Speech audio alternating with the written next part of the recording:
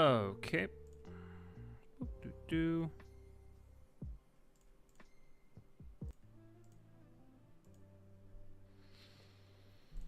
All right. So that's good. Just gonna.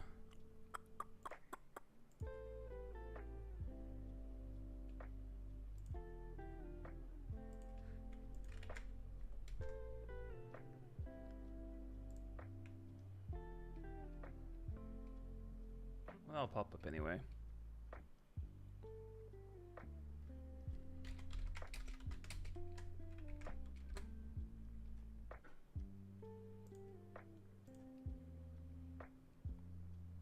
Alright, we got that. Darth Vader, first one here. How's it going? How's it going? Oop, heard myself. Let's jack this up slightly. Okay.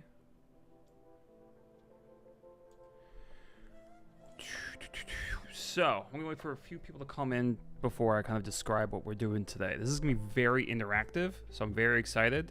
If you guys have access, well, obviously you have access to some kind of internet, you're watching this, but like, if you're in the mood to be more interactive, like actually Google shit, that'd be great, because basically asking for help. This is gonna be something we're doing together. Mavericks channel, how's it going? Alika, hey Clay, how's your day going? I'm gonna leave in an hour because I'm doing a rec marathon. Ooh, nice. Meaning like the 4 rec films. That's awesome. Arthur, good morning to you too. So, I'll have to fix this. This went all wacky on me. Yep. Whoa, why this, what the fuck? What just happened? Why does this repeat so many times? Fucking Google Sheets, man.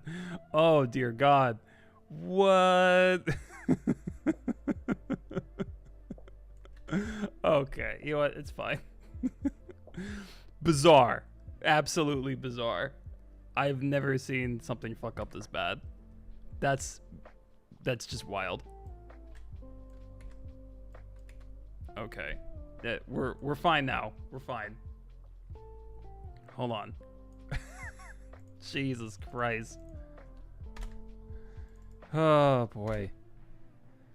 I had to adjust this because it was not showing up the way I framed the live stream. So, give me a second. There. That should be visible. Just barely outside of my camera. Perfect. Yes, I own all the rec movies. I'm doing a thing with my film group where each person picks a handful of films to marathon. I'm going first to pick those movies. Wow. I saw parts of Rec 3. Didn't really care for it. Never saw Rec 4. Rec 2 is pretty good. Rec 1 is the best. Yeah. Darth, that was... I don't know why I did that. I literally pasted it once and it pasted it 1,000 times. So that's a thing. Hold on, I think we're about to get rid of them all. Jesus Christ. There.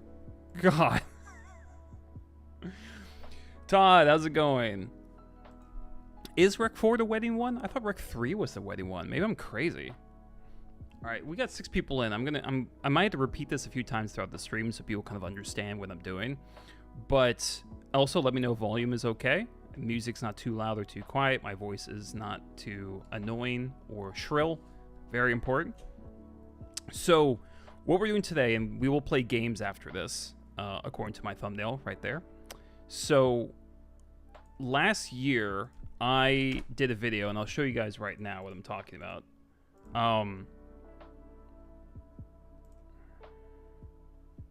Let's find it. Here. So I did a video doing a kind of Oscars for horror movies. So like if the Oscars were just for horror, since the Oscars don't really nominate horror movies all that much, that's why The Substance was such a surprise. what if there was just like a yearly horror awards instead, since they don't get a lot of their attention? And so I came up with different categories for the horror movies for 2024, and I did a little video. This video performed very well, and it was really fun to do. And it got a lot of comments, and people seemed to enjoy it, and they wanted me to do more. So I'm definitely going to do a horror awards for 2025, definitely. However, some people suggested, and I feel like Darth Vader might have suggested this in chat, or he at least talked about it, where I might do retrospective awards, where we go back in time and start talking about the best horror movies for 2023, 2022, etc. And so 2023 was the last one, obviously, like the most recent one I haven't done. So I wanted to do this. However, I ran into a problem, and this is where I need you guys, okay? 2023 was not the best year for horror. Yeah, there are some that are good, certainly, and I've been trying to catch up on 2023 horror, but it wasn't that strong. So I'm actually at a bit of a loss for some of these categories that I created. So these are the categories that I have, just 10 categories, super simple. And do I have score? I do. Okay. And then, you know, try to come up with nominees for each one. So does that all make sense? The only rule, and if I'm boring you guys in chat, I apologize, but just one more rule. The only rule is that the movie is only considered 2023 if it reached some kind of larger distribution. So if it just hit like a festival and only a few people got to see it, that does not count. We're treating this like it's the Oscars. So that's why 2023, what do you call it? Late Night with the Devil does not count. Late Night with the Devil would be 2024 because that's when it actually got distribution. Okay, so I hope that all makes sense. With that, I'd be very curious to know what horror movies from 2023 would hit these categories. And I hope everyone can see it. I know this is kind of bright. But yeah, that's actually, how do I enable dark mode on this? I like never use Google Sheets. If anyone knows how to use dark mode on this shit, that'd be fantastic, because this is like blinding me. But yeah, that's it. So that's what I'm hoping to do today. Just have you guys help me out. Try to find the best of the best from this year. And try to compile a list together. And then once we're done or once we're bored, we just play some Jackbox games. So that is the plan for today. Hope that all works for y'all. Or we can just talk about the Rec movies. That works too. Just to give a few examples of some of the movies that came out that year. Talk to Me, Skinamarink, Evil Dead Rise, a Malaysian film called Tiger Stripes, which I saw recently, Cobweb, Infinity Pool, When Evil Lurks. So there's just like a few examples. I was going to write down the nominees I already had, but I kind of wanted to start fresh. Oh, this is just wrong. Hold on. So every category gets 3 nominees at least, and these 2 categories get 5, if there's even enough, because like I said, this was not an amazing year. I'm just gonna be very straightforward about that. This could have been a better year for horror movies. Oh, I missed your chat. Chen Chao Bang. I think Rec 3 is the wedding one. 4 is the last one. Okay. Also, welcome to the stream. Alika, I saw you really liked Bring Her Back. My favorite movie of the year besides Materialist. Yes, I did enjoy Bring Her Back a lot, actually. I saw it with my girl, and we pretty much were doing this or this for most of the movie. Surprisingly violent. I mean, really violent. Arthur, how late are you going today? I have to leave from 11:30 to 12:20. What time zone are you? I'm PST. So, I don't know how long I'm going. I usually max out at 3 hours. I try not to stream longer than that. I also have to edit a video today. So, the latest I'll be here is 1 o'clock. That's the latest. PST. Okay. I might still be on when you come back. I might, if we play Jackbox games, I'll probably still be on. Okay, for all new people who are just here, Cliff Notes version of what we're doing. We're trying to come up with the best movies from 2023, best horror movies from 2023. So I need some help with this. Okay, these are our categories, and go. Alika said, I saw Talk to Me in theaters this year. They showed a scene from Bring Her Back early, and they showed the fucking the knife scene. Yeah, the knife scene was bad. There was a lot packed into Bring Her Back. And I could see how almost too much. Like, the pacing was like rapid fire. Talk to Me and Bring Her Back were both paced very quickly. And there was a lot of really interesting ideas in Bring Her Back. I mean, even just visceral things like trying to eat inanimate objects is always going to make you cringe in like a good way. Like it's a total disconnect. You're not supposed to eat it. You're watching someone eat it. But the things that person tries to eat are just gut-wrenching to watch. I don't know who it was, but someone wrote that the worst part of Bring Her Back, and no spoilers, I'll just say, was the punch. And I kind of agree. Anyone who saw Bring Her Back knows what I'm talking about. But there's a punch that happens in the movie, and it's so sudden and unjustified and mean, and it's really awful to see. Is Beau is Afraid horror? Okay, so I have also not seen it. Based on everything I've heard from people, I'm gonna venture a no on that. I know it has to do with confusion, possibly schizophrenia. It's very panicky. It's very kind of intense. I don't know if a lot of people are saying that's horror. However, I have not watched it. I saw that 3-hour runtime and went, I'm very picky when it comes to 3-hour movies. I feel like if your movie's 3 hours, it needs to be justified. It needs to be incredible. So, I don't know. I never got around to watching that one. Actress has to be also Dad Side Hobbies. Love the name. Welcome to the stream. Fire Walk With Me in theaters. Oh god, Fire Walk With Me was pretty good. Actress to be the main Deadite from Evil Dead Rise. Oh yeah, we should just add that right now. Okay, so I'm gonna put Evil Dead Rise as a nominee for Best Actress for 2023. I think that's a good call. Unless anyone, again, you guys can debate this. You guys can say, no, bullshit. That's a terrible pick. Go for it. I want to see back and forth. So I'm gonna go ahead and put Talk to Me as another one because I thought, oh god, what's her name? I thought she was great. The lead actress of Talk to Me. I thought she did a fantastic job in that. Very engaging person to watch. She pulled off all the emotions demanded. I felt very well, so I'm gonna do that. Saw X for Best Actor. I have not seen Saw X, so I can't talk shit. I've only seen, I think, maybe 3 Saw movies. Not exactly great bits of cinema, but if you like the Saw movies, and I've talked about this in videos before. Oh, here comes my doggy. Hey, cowboy. Hey, wait, hold on.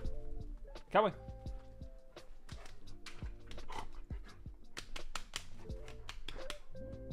He's away from the shower, actually. That's probably a bad idea. But go.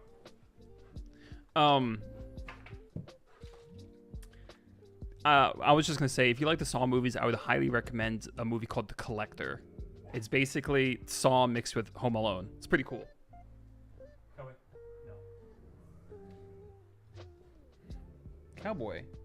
My dog thinks he needs to protect me at all times, so anytime there's anything outside the window, he starts growling. It's a real problem. The kid in... Oh, I'm sorry, I gotta catch up. It was pretty good to focus on John Kramer. It's not as over the top as the other ones. Who for Best Actor? Chris Rock? You're not saying Chris Rock. I saw a couple clips of Chris Rock in one of the Saw movies, and he was kind of bad. Or maybe I'm thinking of a different Saw film. I've lost track. I've totally lost track. Oh, Tobin Bell. Oh, yeah, Tobin Bell is pretty cool. Dad said, I took my son to his first horror movie, and it had some stuff above his level to process, but the little guy only had one scene where he needed to leave. Okay, hey, there you go. What movie was it, by the way? I'm curious. The Kid and Talk to Me, I feel, is a good nominee for Best Actor in the eye scene alone. Yeah, we can put that, just for now, at least. Yeah, he was good. All the actors that talked to me, I felt like did a good job, but especially those two. Chris Rock was in Spiral. That was it. Okay. Okay. Well, I'll put it as a nominee until I watch it. I have to watch it, obviously. Okay, thank you. Yeah, because I saw some clips of Chris Rock and just went, no, buddy, no. Stick to stand-up comedy. I do not think Chris Rock is a very good actor. I don't. I like the guy, but I don't think he should act. Okay, so we got a couple nominees for actress. We got a couple nominees for actor. Who am I missing? Oh, did anyone see Infinity Pool? I thought Alexander Skarsgård was actually pretty good in Infinity Pool. The movie, kind of a mess, like a lot of these movies, unfortunately. But I felt like he did a pretty good job. Talk to Me was great, very similar to Skinamarink vibe, but definitely more adult perspective. That's interesting. Yeah, I felt like Talk to Me and Skinamarink were totally different. Skinamarink was slow as molasses. Talk to Me was like fast as hell. I mean, that thing was on fast forward practically. I mean, it's the thing with Skinamarink is that, and I put that here. I did not care for Skinamarink, and I think one of my main problems with it was, and someone described it as a Shaggy Dog movie, and meaning that you're constantly kind of stretching out a joke, but there's no punchline, and I felt like Skinamarink was stretching out a scare with no catharsis at all. But I liked its atmosphere, but I felt like it was just coasting on that and not doing anything else. However, man, that movie scared the hell out of people. I mean, people were really shaken by Skinamarink. So what am I gonna do? Like, I can't say it doesn't have atmosphere, and it certainly worked on people. So it's definitely an interesting film to talk about, because it doesn't seem to be much middle ground. Like, either it really terrified you or bored you to tears, and there doesn't seem to be a middle. However, I will throw that in for atmosphere. It doesn't necessarily have to be a good movie to get nominated for one of these categories, and the atmosphere was good. I just felt like the movie was just coasting on it. I still need to watch Infinity Pool. I heard mixed things, but I really liked Possessor. I would say Possessor is better. Infinity Pool, I don't know. It was both messy and predictable at the same time, if that makes any sense. Like, certain things would happen that are unexpected, but the general journey, you see it a mile away. I don't know. It just felt kind of aimless, and the setting was great. I just didn't feel like they took much advantage of it. Both were horror right beyond what you can see, and like waking from a nightmare, but you can't wake up from it. Having kids and having one spin one, it definitely hits home twice. Skin, that is. Okay, yeah. Yeah, I wouldn't describe Talk to Me that way. I don't think Talk to Me had much that was really hidden. There was some mystery in it, but I think most of the scares were kind of in your face, and there wasn't too much mystery as far as like what's happening. I mean, it's like people were possessed. It's kind of clear what was happening. Skinamarink was very much, you're kind of just tossed into it, and you're trying to fight your way through the plot blind. And I'm not saying that as a criticism, actually. Like, that was one of the interesting parts about it. So I don't agree that they really have much in common. But I do agree that kind of what you're describing resembles Skinamarink. I mean, it's how you feel when you're a kid at night and you're scared. I mean, it does replicate that very well. Exorcist Believer, why would you watch that? I don't want to be critical, but like of people, that is.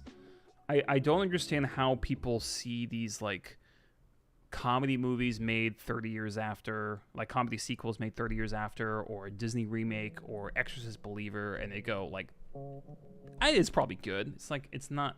It's like a 9 out of 10 chance it's gonna be shit. Like the new Happy Gilmore movie is probably gonna be shit.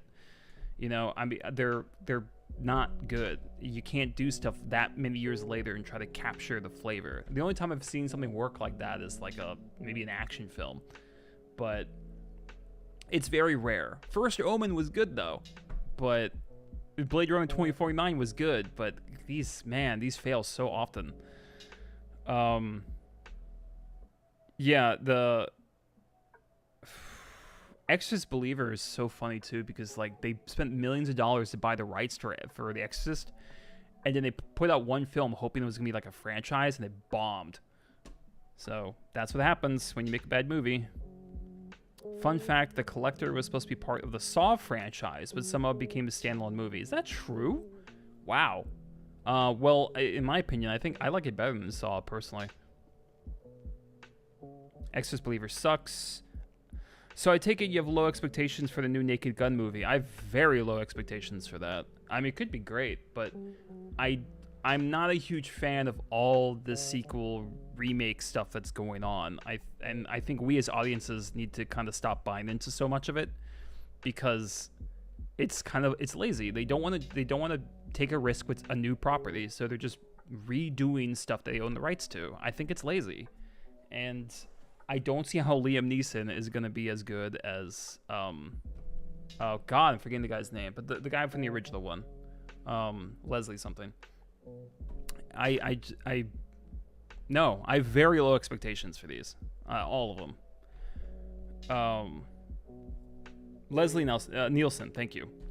I don't think it's good, and especially comedy sequels and comedy remakes have a really like low success rate. I did a video about this a long time ago, but I'll play this with you guys. I want you guys to tell me a great comedy sequel that's not animated and not like action comedy like Deadpool. Just a straight up comedy sequel that was great. Can you think of any? Because I can. I'm really struggling. Like maybe like 22 Jump Street was decent, but it's actually shocking how many there are and how terrible they are. It's like the lowest success rate genre of movie outside of shark films. It's wild. Renfield, one of my favorites, 2023, Last Voyage of the Demeter. Okay, so I have not seen Renfield. Pretty sick of Awkwafina, not gonna lie. But I did watch Last Voyage of the Demeter. I was a little mixed on that one. I wish it felt more like a ship. It felt like a set. But there were parts I liked. It just felt like it got silly.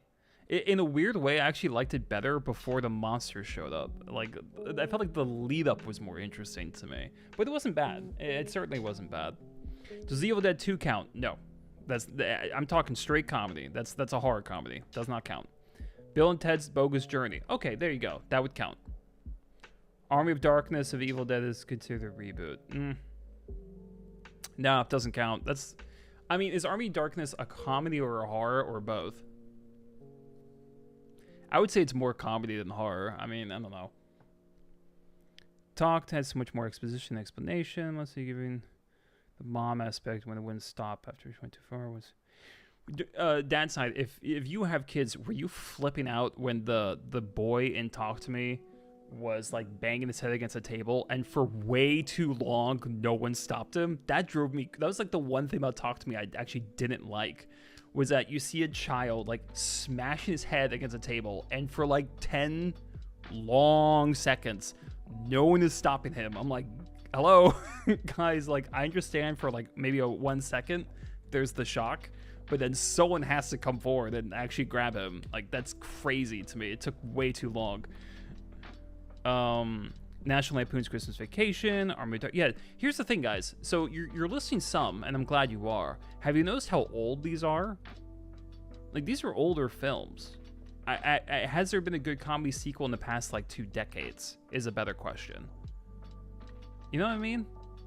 And there are old comedy sequels that are bad too. There's a lot. Porky's 2, Major League 2, you know, but man.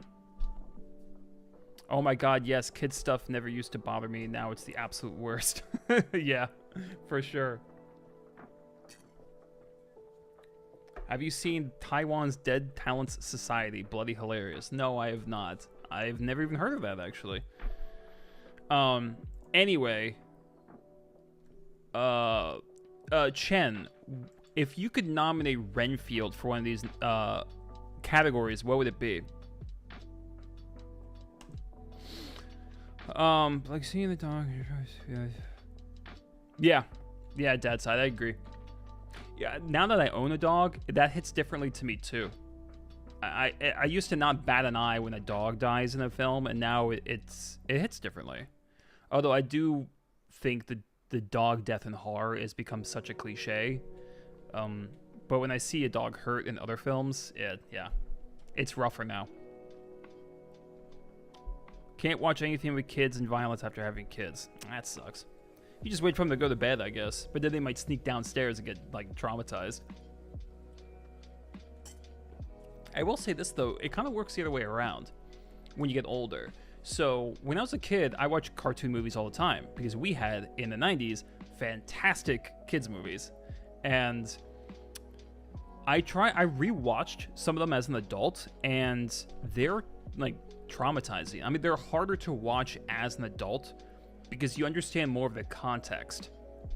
Like, as an adult, try watching Land Before Time, the first one. Try watching it again when his mom dies. And, like, as a kid, it's sad, yeah, but as an adult, it is heartbreaking to watch. I watched that movie again with my sister, and like, she was bawling, and I was actually about to cry too. And it was like a cartoon with dinosaurs. We couldn't believe how much it was impacting us. But when I was 8 years old, I watched it every day. So I think you're more vulnerable as a child, but I think when you get older, you're more vulnerable to different things as well. One thing I really liked about Bring Her Back was there's a good reason why the kids stay without spoiling anything. Yeah, a lot of the motivations made sense. It did. Been back to watch The Thing again. The Thing. Darth Vader, I never watched Tom and Jerry. It was before my time, and whatever channel the reruns were on, I didn't have it. We didn't have a lot of channels when I was growing up. I didn't have Nickelodeon. I didn't have Cartoon Network. I just had WB. So, you know, I was just watching like Batman, Pinky and the Brain, stuff like that. Oh, nice. Yeah, Scanners is fun. My favorite Cronenberg film is still The Fly. I think The Fly is like a masterpiece. But I also liked... There was a more modern one he did I quite enjoyed. History of Violence is pretty good. I liked History of Violence. And Eastern Promises. I like that one too. Have you seen The Shrouds? The worst horror ending I've ever seen. Worse than 28 years later. Ooh, Alika, bold statement. Bold statement. 28 years later, that ending was, wow. Fucking dog shit. I think the kind of litmus test for when an ending is not well crafted is when people justify, like, no, the ending's actually brilliant, this is why, and they have like this ream of text of a comment to explain why it makes sense. And I'm like, if you have to go through that much effort to explain why an ending isn't even just great, just like makes sense, then the film did a bad job of making the ending like a logical conclusion to the plot. Like, my opinion anyway. Warlock Gaming, first of all, hi. Secondly, I explained this earlier, but I'll just go through it really quick. I did a horror awards video right here for 2024, and I'm doing one for 2025. However, I'm doing a retrospective one for 2023. And I'm asking the audience to help me pick some of the best movies from this year, because it wasn't the best year for horror, and I'm trying to, pick everyone's brain. You got it, Warlock. Excellent. So you got a 2023 movie to throw into the mix? Let me know. Naked Lunch, BBL. I still need to watch Naked Lunch. I still need to watch it. The only thing I know about that movie, other than the fact it's weird, is a Simpson joke. I don't know if you ever saw this, but in The Simpsons, the boys all get fake IDs, and they go to see a rated R film, but the only film playing that day was Naked Lunch. So the 4 boys walk into a theater to watch Naked Lunch, and they walk out, and Nelson stops, turns at the theater, and goes, "I can think of at least 2 things wrong with that title." It made me laugh, and I still didn't even see the film. But I feel like if I watched the film, that joke would be even better. But it always made me laugh. Speaking of kids' movies, Disney's The Haunted Mansion was the first horror I brought my son to. He was 4 or 5 at the time. Oh, very cool. The Haunted Mansion. Is that with Eddie Murphy? No. I'm trying to remember. Snyder fans are pissed about the new Superman, but James Gunn wrote Dawn of the Dead remake. Oh, that's interesting. That's very interesting. It's like, oh, you're gonna shit on the guy who wrote the script that your guy got famous with? Yeah, that's funny. I just look, if anyone watching is a Snyder fan, God bless you, but some of that's gotta be like one of the most I wouldn't say toxic, just like blindly loyal fan bases I've ever seen, because Snyder's output is really not strong, but people treat him like he's a messiah, and I don't like. Even, I mean, come on, like Rebel Moon was bad, and fucking Justice League was terrible, and his cut of Justice League was terrible. Batman v Superman was bad. Watchmen wasn't very good. I'm sorry, it's not. Although my opinion may have been clouded by the fact I read the graphic novel, but it's just, he's not a great filmmaker. He's definitely not a great writer. I think he should stay away from the script, personally. I was thinking Casper. Hey, I liked Casper. I watched that when I was a kid. Can you say something about Paranormal Activity, the very first part? After watching it, I wasn't able to sleep for 1 week. Well, it's not a 2023 movie. At least I don't think it is. I didn't really care for Paranormal Activity, but I think I watched it too late. I feel like if I watched it when I was like a teenager or something, I probably would have enjoyed it more. But by the time I saw Paranormal Activity, I'd already watched other found footage movies that were much scarier. Like I watched Wreck. I watched Ganji Haunted Asylum. I watched these really terrifying films. And for me, I think what threw me off of Paranormal Activity was that I don't think the actors are good. And that's kind of important when you do found footage, because you're supposed to believe like these are just real people speaking like real people. And the actors were not good in Paranormal Activity. And I think that's what threw me off the most about it. But I respect a subtle horror film. I respect when they do very little and produce a lot of scares. But it's like, at what point are you just kind of setting your bar really low? I don't know. It's fair debate, but I do think when I saw it affected it. I also saw Blair Witch like a decade too late. I did not see it when it was big. So seeing it when I was older, I was pretty bored because it's not very good. But it was because everyone believed it was real that made it so impactful.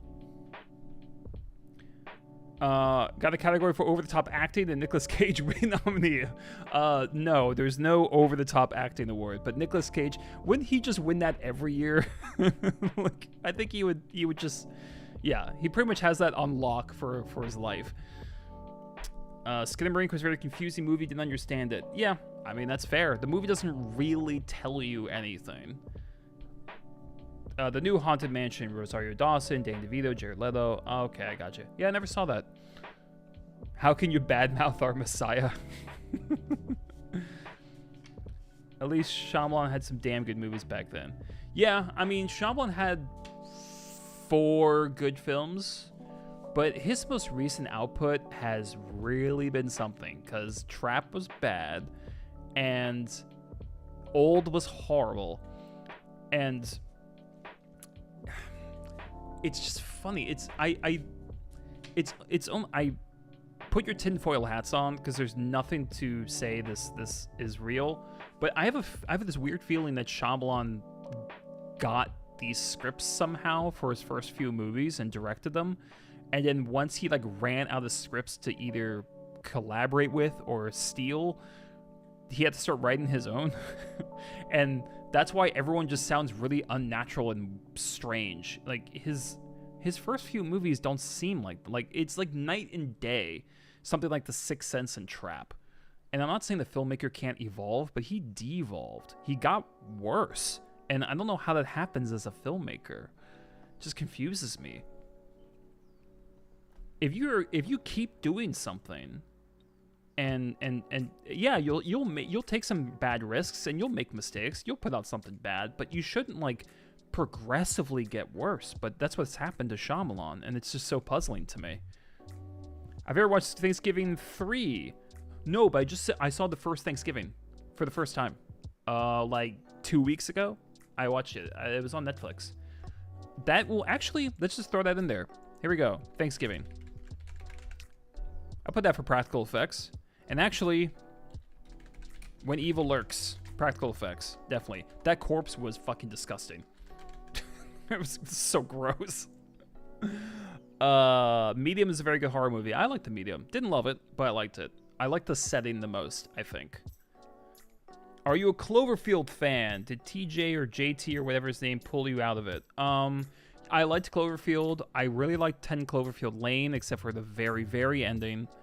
Cloverfield Paradox, I heard was shit. And I didn't like Super 8. Force Awakens was fine, except it was literally a copy and paste. And Rise of Skywalker was... It was actually worse than Phantom Menace, I think, and that's a bold statement. Yes, Alika, I knew that, actually. He wrote Stuart Little. Yeah, isn't that so funny? Probably other people carrying around him, not much responsibility. So is Home for Rent. I like that movie. Home for Rent? I'm sorry, hold on. Oh, Jesus, hold on. This one? I've never heard of this. The poster doesn't look good. The poster looks like a fake poster someone put on Facebook. But this is a real movie. I would co-sign that list you just rang off. Nice, Dad side. Okay. Well, let's add another category here, like watch list, and do Home for Rent. Actually, what am I doing? I'll just add this to my. I'll just write that down. That's gonna be too confusing if I put that here. I'll remember. What am I missing? Someone asked a question. I think I missed it. Does Renfield count for this since it's horror comedy? I will count horror. I don't like this song. I will count horror comedies. I will. I'll count it. As long as there's like enough horror in there, I'll count it. I have not seen Renfield. I don't know. I'll have to watch it. I did hear that a lot of people didn't like it because Awkwafina kind of stole a lot of the screen time. Although that's not her fault. That's a script. But I'll watch it. I really don't like Awkwafina. I don't. It's the same loud, raspy-voiced shtick in every film she's in, except for the one she directed. So I just don't like her. I don't. Her comedy does not gel with me at all. Is Tiger Stripes good? I have a friend who really likes that movie. It's decent, I would say. It's an interesting idea. It's kind of tying, a girl first starting her period and turning that into a kind of horror metamorphosis. think of it like if Turning Red was a horror film. I guess is the best way to describe it. And also, like Turning Red, the animation's really bad. And what I mean by that is that Tiger Stripes has some, I'll say, fun practical effects. I wouldn't say they're great, but they're fun.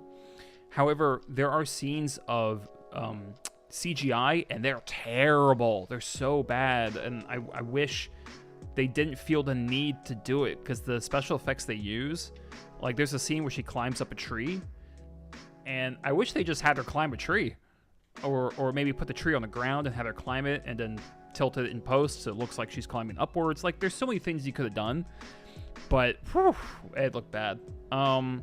It's okay. I'd say it's decent. I probably give Tiger Stripes like a 6 out of 10. I think it's worth watching. I love the intro. The first shot of Tiger Stripes is great. I think the actress did a good job.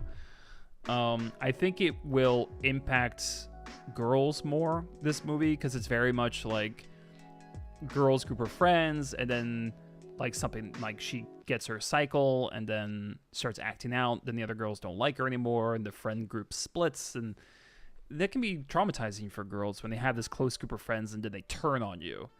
That's happened to many women in their lives.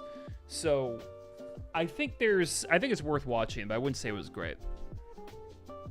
Like, I'm glad I watched it. Yeah, the tree climb. Yep, thank you, Chen. Oh god, it was so bad. It disappointed me so much, because it's like, do you ever feel like you watch a movie and it's almost like the director says, oh, we gotta put a special effect here, and you kind of want to grab them and go, actually you don't need to. You can, but if you don't have the budget for it, like, don't feel the need to. Try to find a way to do this practically. And there are certain things you can't do practically. Obviously, you can't make Avengers Infinity War practical. But if it's a girl climbing a tree, do not use special effects. Don't do it. What are you doing? Ugh, so bad. I rewatched Dee Dee recently with my mom and aunt and cried in front of them. I had a very similar experience to the main character in 8th grade, so it relates to me a lot. Yep, Alika, that movie is probably the most accurate depiction of, like, pre-adolescence I've ever seen. It's so accurate, it's actually hard to watch. Like, I was kind of cringing through the whole film, but not because it was bad, but just because it was so awkward and accurate that it was very hard to watch. It's like, yeah, that's how I talked when I was 12 years old. Like, that's how I talked to girls. That's how I talked with my friends. Those are the kind of AIM conversations I would have. DC is making a body horror Clayface movie. Okay, so Darth Vader, I know we're off topic, but I thought Clayface was going to be the new Batman villain in the film, but I guess that's been, like, debunked. That's not going to be a thing. Could be interesting. I mean, again, like, going back to my earlier point, I don't like how many spin-offs we're getting. But saying that, just to eat my own words, I saw the Penguin series, and it was good. I liked it, especially the first episode. It's not always good to peak in your first episode, but that was a great episode. Worst part of the Penguin show was definitely when she changed her hair. Oof, boy. I mean, it was like, yeah. Like, it was business in the front, party in the back, but it was a really lame party in the back. That's all I'm saying. It's DCU moving on to Batman universe. Oh my god, so confusing. Okay, gotcha. Yeah, I got it. I mean, the DCEU, you know, putting Snyder in charge of the DCEU was such a mistake. I don't know what they were thinking. Off topic, are you planning to catch Orange Icon Monster Island, going to release soon from Shudder? I have not heard of this film. What is this?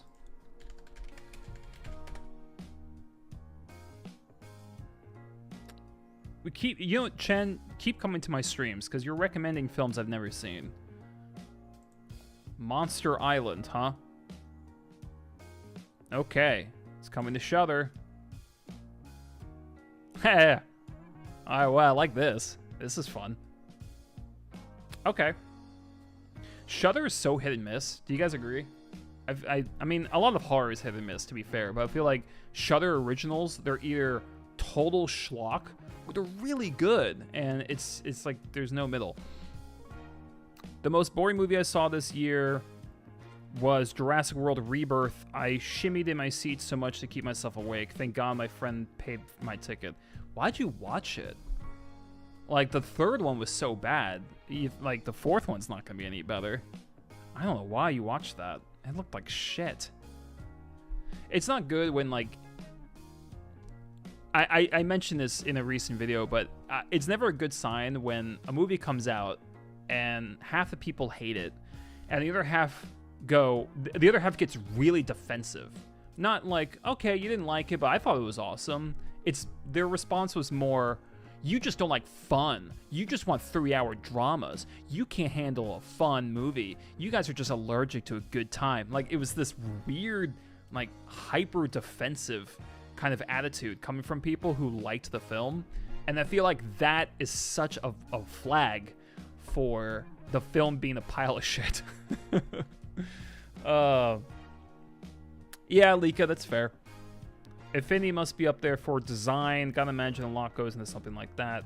Makeup, effects, locations, all tight in that one.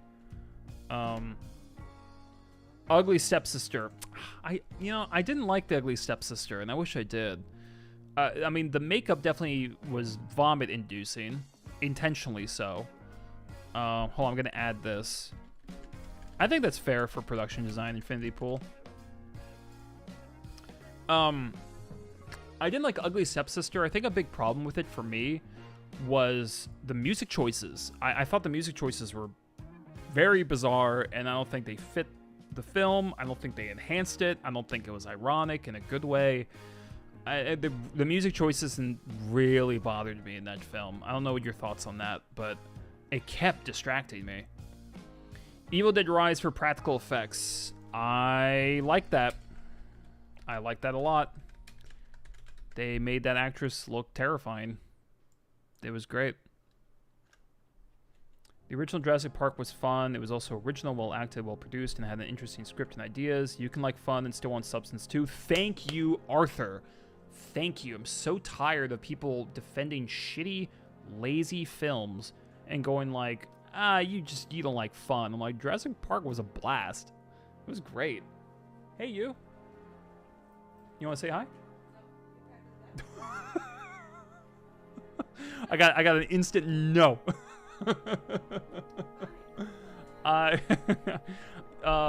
No, I can though. I need a 2-minute break. You can try to help me with this list here. I still need more.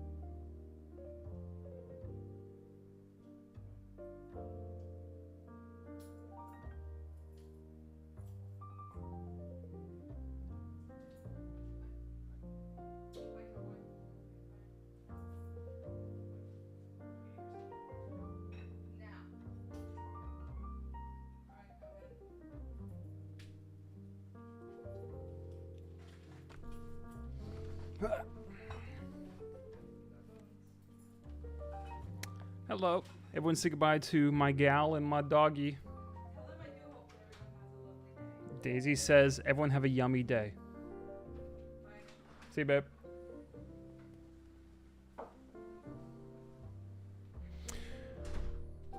Bye. So, I have a lot to, catch up on. So that's probably this. Yeah, Dad's side. That's a thing. And we can talk about this a little bit too while we try to add these. I still need you guys' help with this, by the way, because can anyone think of a horror movie from 2023 with a good score? Like, Infinity Pool's score wasn't bad. I'll probably just add that, but this is tough, guys. This is tough. Yes, there is a Backrooms movie in the works, which could work, but I'm a little scared. So, yeah, every year I've noticed this for the past decade. Every year, this one movie gets hyped to the heavens, and they say this is the scariest movie since The Exorcist. This is terrifying. Scariest movie of the year. You'll have nightmares for weeks, and it happens every year. And they always hype up the one film. And what bugs me about this kind of hyping is sometimes, at least to me, the movie is scary. But a lot of people walk in expecting something truly terrifying, and they walk away disappointed. And then they end up kind of resenting the film because of its marketing. The reason why so many people hated the film It Comes at Night was because the movie was bad. At least I don't think that's why. They hated it because the trailers told them they're going to watch this hyper intense monster film, and it's just not what the film was. When I saw Arrival by Denis Villeneuve starring Amy Adams, they marketed it like it was Independence Day or something. Like there were planes and explosions and all this shit. And you walk in and it's like a think piece about communication, and people were walking out because people showed up with families and they were chatting and trying to have fun, and they were in the wrong film. So every year, there's a movie that gets hyped so much. The movie Us, Longlegs, Talk to Me, Skinamarink, they get so hyped, and they create this sense of resentment from some of the audiences. Yeah, I wouldn't say The Nun was The Nun 2 was a big disappointment, because like Darth Vader said, I don't think anyone thought it was gonna be good. What else came in 2023? That was a disappointment. I fucking had a list too. I had some of my own nominees I wrote down. I feel like I might need to bring those out.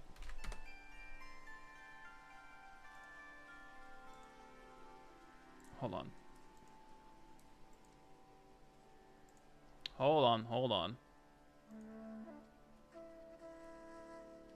Oh, okay. Fuck is that? Where is it?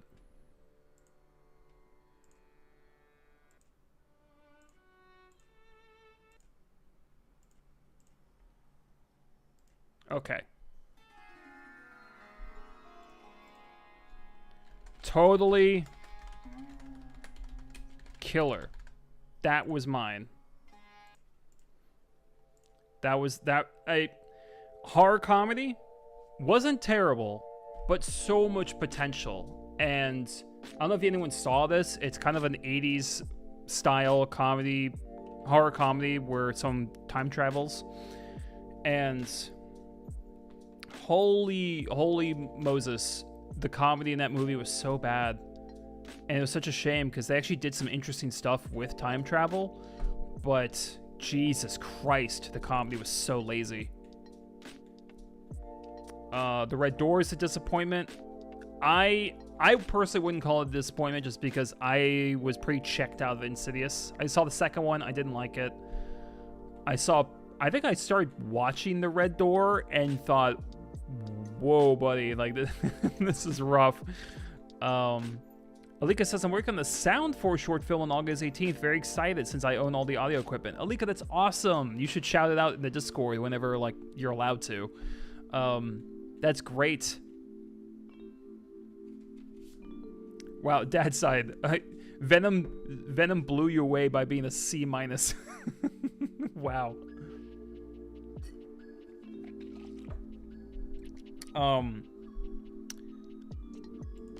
Yeah. I'll do that. Wow, Talk to Me's getting a lot of these.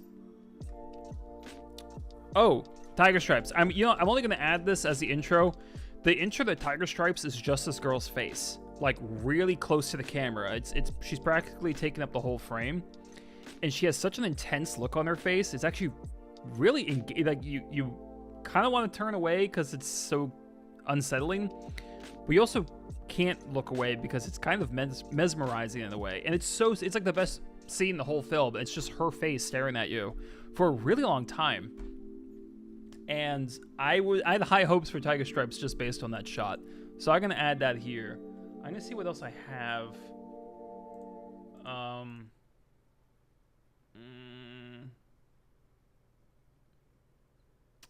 Oh yeah. So not a great film, but where is it? I'm gonna put Cobweb for atmosphere because it's not, like I said, it's not a good film. But they did a pretty good job of making you feel like you were a child in terms of how they shot everything, the large shadows, the kind of large rooms. It made you feel small. And it also felt like Halloween. Like, at least they looked like they shot it in autumn. It had that kind of vibe, especially with the colors they used, kind of like the gold and dark greens and orange. It just felt very autumn, and I liked that. So, yes, Cobweb is the Anthony Starr one. Not scary, not that great. Some really bad editing in the movie, especially in the climax. There's this really violent climax, but the editing just doesn't make any sense. So, yeah. When Evil Lurks has atmosphere, does it? I had to think back. I liked When Evil Lurks. I didn't love it as much as everyone else. I felt like the main character was an idiot, and that really kind of threw me off. He was a fucking dumbass. But like, there's so many points in the film where I'm like, dude, what are you doing? What are you doing? What are you doing? I don't know if it had the best atmosphere of the year. I'd have to think that over. I'll put El Conde as well because it looked good, even though it was boring as hell. I don't know if anyone saw El Conde. It's a good concept. Essentially, what if a dictator, specifically Pinochet, was actually a vampire? I was like, oh, that's a fun idea. And then they just drag it out. And it was a real shame because it was a fun idea.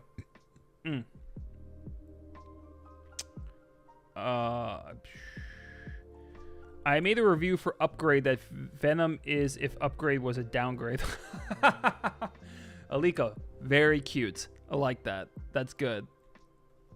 Yeah, Upgrade was fun. I liked Upgrade a lot. I actually saw Upgrade in theaters, and what was great was I knew it was radar. It's very violent, and there's the family came in like grandpa, parents, and like a young girl. And my first thought is, oh god, like I don't know if she should really be here in this theater, but they were not disruptive at all, and they enjoyed it. I mean, it was kind of cool. It's kind of a badass family enjoying like a super violent film. Oh, hold on. I've been I gotta take something out of a freezer. Give me 1 second. But yeah. So Ho Chi Minh Shuffle.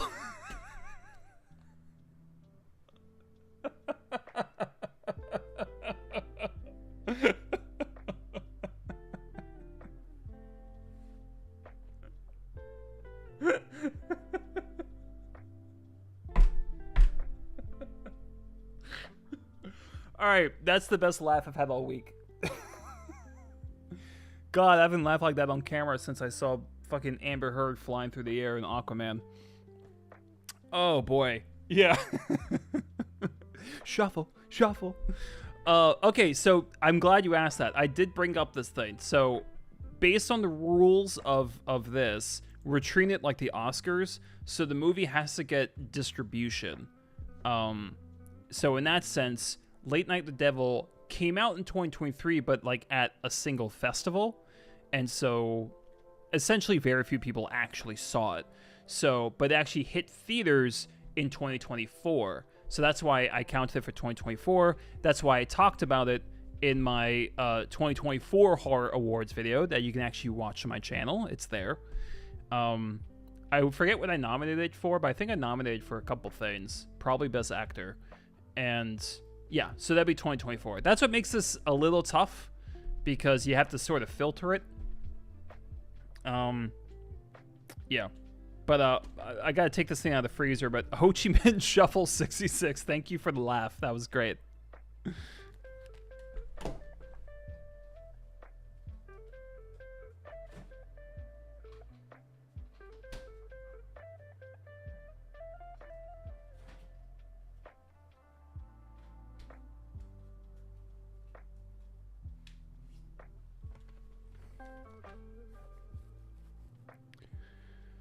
I saw a family walk in to bring her back. Oh, God. I think they left immediately because they realized it was the wrong auditorium. I swear, if that was the movie they were going to, that would be insane. Yeah, that's, especially for a family. I mean, that's a family, like, that's a horror film about, like, the worst family dynamic you can imagine.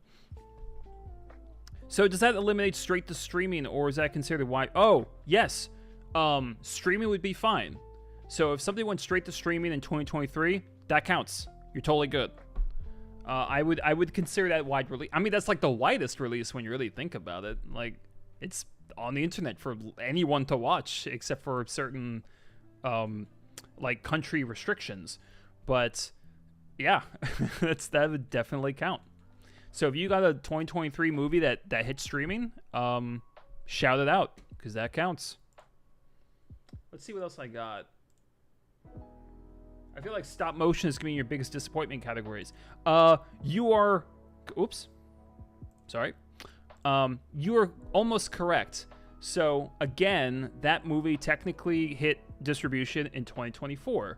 And yes, it made the biggest disappointments category, because fucking hell, I hate the chances that movie got and how much the script completely blew it. It's like, that wasn't even a layup. That was striking out in T-ball. It was insane. We're going to combine stop motion animation with live action, where someone who's a stop motion animator, their creations start to cross over into the real world. That movie writes itself. I could write it. You could write it. Anyone could write that script, to a certain degree. And that film decided to try to be like a A24 family drama, sort of. So boring. Terrible protagonist. The young girl is annoying as shit. It's so slow. I couldn't believe they weren't able to mine the gold that they had. It was right there. They didn't do anything interesting with editing. Like, such a shame. I actually want someone to remake that film, even though it came out last year. I'm like, someone please remake it. They fucked it up the first time. Someone do this one right this time. Thank you, Ho Chi Minh. I'm going to keep saying it until you tell me I'm wrong. Evil Dead had a good opening. No, I disagree. Evil Dead Rise, I did not like the opening. I liked the opening title. That was cool, how it rose out of the lake. That was very nice. The opening itself, I thought the acting was pretty bad. It just cheesy, and I get it, it's Evil Dead, so there's a level of cheese to it. But Evil Dead Rise opening, I didn't really like. I liked that it was gory. I didn't like the acting. It felt very stilted. So no, I can't give it that to you, unfortunately. There's stuff about that movie I like, but I mean, that actress as the mom, she was phenomenal. Yeah, I mean, some of that was the makeup, but some of that was her. She was very scary. What else are we missing here? I might give this to Infinity Pool as well. I could add Talk to Me because Talk to Me had really good sound design. Very good sound design. Let's see. No, I need Score. This will be easy to fill, so don't worry about that. Oh, you know what? This one sucked. Kind of more sci-fi horror, but not great. And I need production design. Also, best scene. I'm gonna go with the montage from. Oh, why is this bold? Okay. I know I'm putting Talk to Me for so many of these, but the montage from Talk to Me was great. And I'm probably gonna put when you first see the mom from Evil Dead Rise. I don't know why this is bolded. Okay. Boop.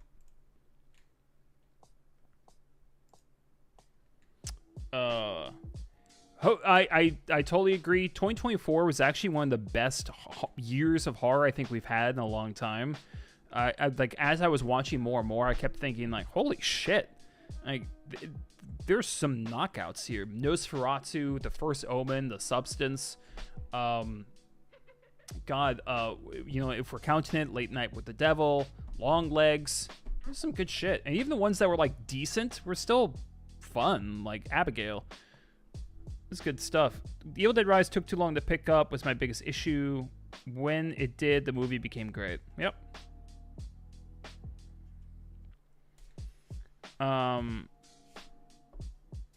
Yeah, I don't know. I feel like you can do schlock, but if you're making schlock, I feel like the acting has to be super over the top. If the acting is just bad, I don't know. It didn't feel intentionally bad, you know? It felt just bad.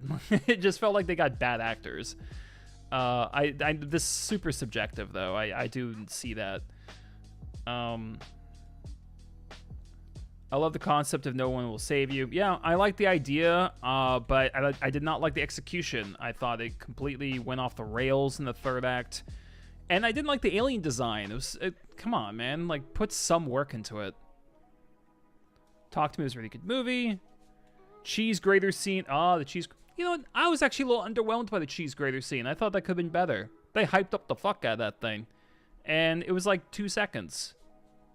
Give me more. Give me more cheese grater. I really go Parmesan on that shit. I wanted more from the cheese grater. I did. Give me a few more, is all I'm saying. Hear me out. Bird Box Barcelona was not good, but the opening was pretty cool. Ooh, I'm trying to remember that. Yeah, because I kind of stopped watching after a while. It was kind of boring, but I'm trying to remember the opening. Ho Chi Minh, can you describe the opening? Just like briefly? I'm trying to remember. Fuck. What was the opening of that movie? Shit, now I gotta look it up.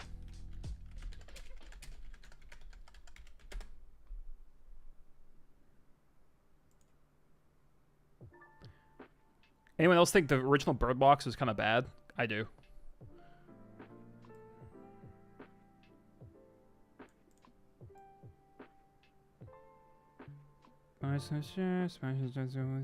Group survivors close to the location of the generators that can provide light and heating. Joins the others in their shelter inside the bus hangar. Next morning, with everyone asleep inside the bus, he drives it outside and crashes it. Everyone was left without blindfolds. Oh, yeah.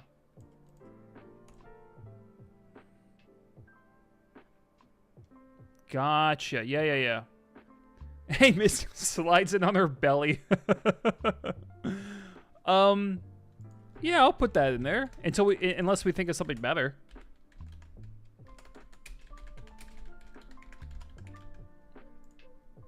Yeah, good call out. Thank you for that. I never thought I'd say this, but thank you, Ho Chi Minh. I gotta go. No one has shown up to my marathon yet, but I have to make sure I'm there. Have a great rest of stream. As always, thank you, Alika. You're the best. And thank you, as always, for being a supporter on Patreon. It really does warm the cockles of my heart, as weird as that phrase sounds. It does mean a lot, so thank you. Misty, another Patreon person. Hello. How's it going? So we're talking about the best horror films in 2023 because I'm having a lot of trouble trying to come up with nominees for that video. I don't know if that video is going to do well. I asked this in my comment section whether someone would actually click on a video that said, like, the 2023 horror awards. People said they would, but people say a lot of things online. So I don't know. But I figured I'll make the video, and if it does badly, then I won't do the other ones. I won't do 2022, 2021. I'll just kill it right there. So this is almost like a test. I wouldn't. Well, thank you for your honesty. I'm about ready to sell my farm for some downtime. Not really. Okay. So are you selling the farm or not? Anything in Barcelona sucks. Jesus. I hated Bird Box. Yeah, Bird Box was just lame. It was badly directed. The score was bad. I did not like Sandra Bullock's performance. And it's so sad because they had the guy from Moonlight in that movie, and he's an awesome actor. And it's like, why are you here, man? Why are you here? Anywho, okay, I feel like we should kind of wrap this up so we can start playing some games, maybe. But it looks like you guys are having as much trouble as me with this. So maybe this video is kind of dead in the water. Like if we're struggling this much to find good horror movies from 2023, then maybe I'm reaching, you know? I don't want to, because I feel like I am. I feel like I'm like twisting my arm to find anything decent from that year. I woke up this morning to crows in a cornfield. Wow, that sounds like, what's that movie? Jeepers Creepers. Yeah, I don't know. I'm like starting to have second thoughts now about this video. Because like we're like struggling. I can't think of any international horror that were good this year. Yeah. Pet Sematary, Stop Motion, or Malum worth anything good or bad? Wait, Pet Sematary came out in 2023? Oh, Pet Sematary Bloodlines. I never even saw this.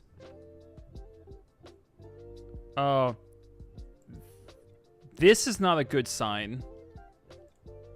This is not a good sign here. That's not good. Especially the audience score. That's especially rough. I saw the Pet Sematary remake, and it was okay. It wasn't great. I read the book, actually. The book is awesome. But Home for Rent, Talk to Me, Saw X. I did not see Malum. Stop motion was... I would not recommend stop motion. It was a total missed opportunity, like I explained. It's you'll be bored senseless. You really will. Yeah, I don't know.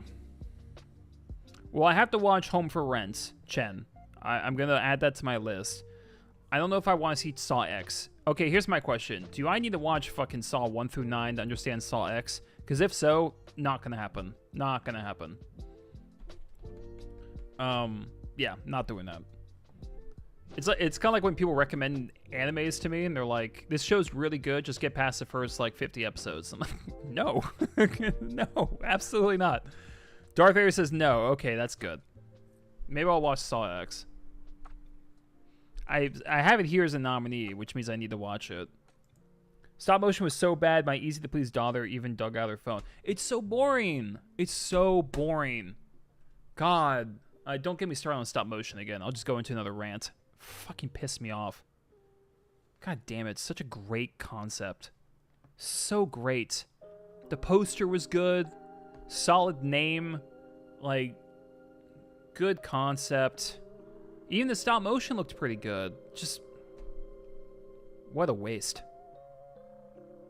Yeah, but the thing is, Dad's Side stop motion was technically 2024. Because that's when it got, that's when it actually came out in theaters. I know it's a weird rule, but it's I feel like it's kind of a necessary one. Hey, Big Bad Guy 549, how's it going? Hey, Yankee. Hey, Euro. They couldn't even do a convincing introvert. No, they couldn't. No, I didn't like her performance in that. Creepy Sleep. It opened in my country in 2023. Sister Death is interesting. You know, I had trouble watching. This is like the most obvious joke ever, but that movie Sleep literally put me to sleep. It's not bad. Like, it's not bad in the slightest. It's an interesting idea, but I don't think the acting or the visuals like lifted it enough out of the slow pace. Like, if your pacing's that slow, and the scenes are that repetitive, I feel like your presentation needs to kind of take some of the weight, and I don't feel like it did.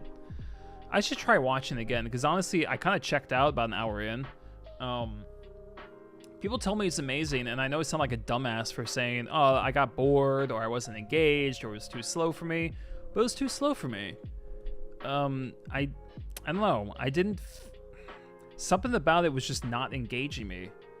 But I really should give it another try. No, you're fine, Dad's side. I mean, it's a stupid rule that I've devised. It's tricky because you have foreign films also.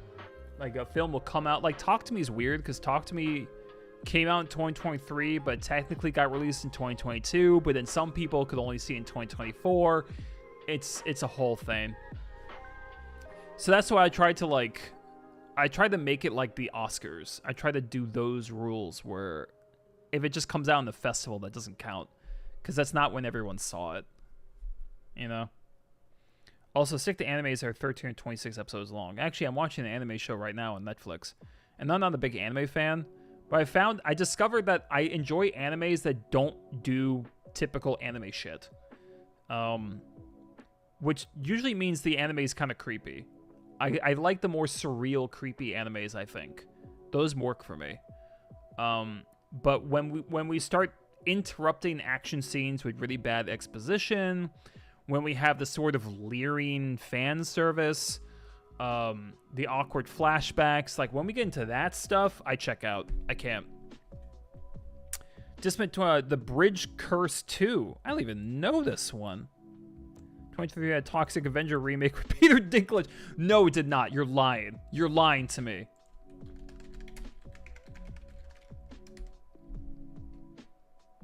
You're right.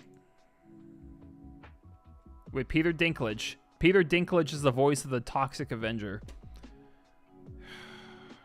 Wow. Yeah, that actually kind of fits, because when the Snow White movie was in production, Peter Dinklage was kind of a toxic Avenger. He was trying to avenge little people in a very toxic way by preventing them from getting work.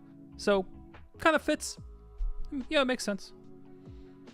Hussar the Bone Woman. I feel like you've talked about this one. Yes, Ho Chi Minh, I did see that movie.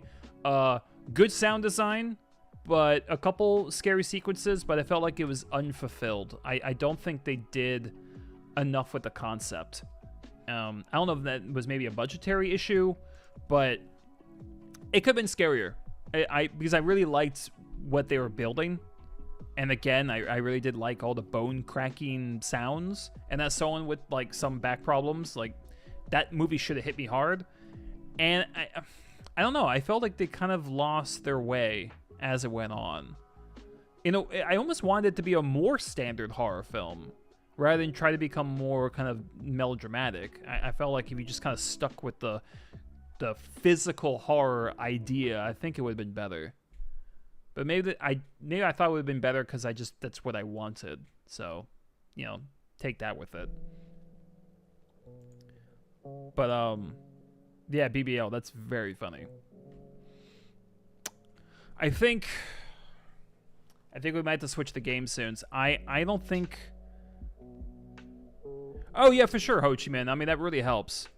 If there was a sound design category, it would make it, but I'm not gonna push the boundaries of the categories, considering we can barely fit it the way we have. Oh my god, this is so tough. This was not a great year for horror. I mean, Talk to Me is in half the categories. Jesus. Yeah, this was not great. You compare this to 2024 or 2016, night and day. That's a question for another day, but I intend to do a video about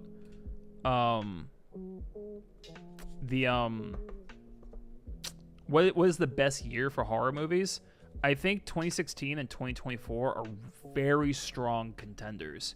I think there was a year in the 80s that was also pretty strong, and no year in the 90s is gonna be a contender. Not the best decade for horror, but yeah, 2016, 2024, strong, very strong. Best year for horror movies is very good. Yeah, I thought so. I thought it'd be a fun video. Totally Killer. What about the time cut, the Netflix version? Big Bad Guy, please explain.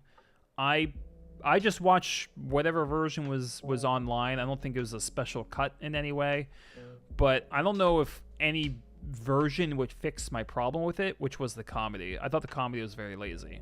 If you guys haven't seen Totally Killer, every single joke was, wow, the 80s were kind of problematic. That was it. It was just that repeated. It was that exact same joke, like, wow, you couldn't say that today. Oh my god, this is what the 80s was like. Every joke. Every single joke was that for an hour and a half. It was just that. So lazy. A fucking AI could have written that.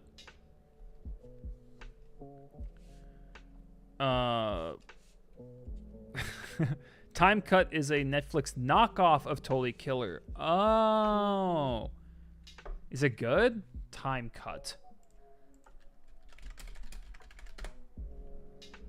Oh, I've seen this poster. 2024. Is it a ripoff? Negative reviews. Compared it to Totally Killer. You're right. Recently murdered. And wow, this is literally a copy. Holy shit, how are they not sued? Jesus. Big Bad Guy, I would not know. I would not know what life was like in the 80s. I just popped out of the womb. So I couldn't tell you.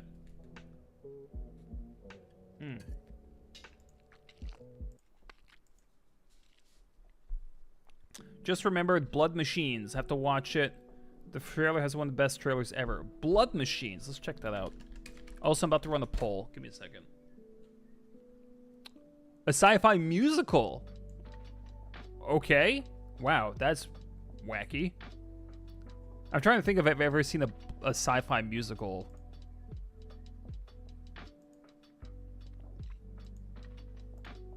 This is some poster. Jesus. That's wild. I like it, though. Good afternoon, Mike Belcourt.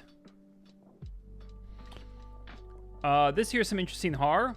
Heart Eyes, Dark Nuns, Presence, Holy Night, Demon Hunters, Final Destination Bloodlines, Death of a Unicorn, The Ugly Stepsister.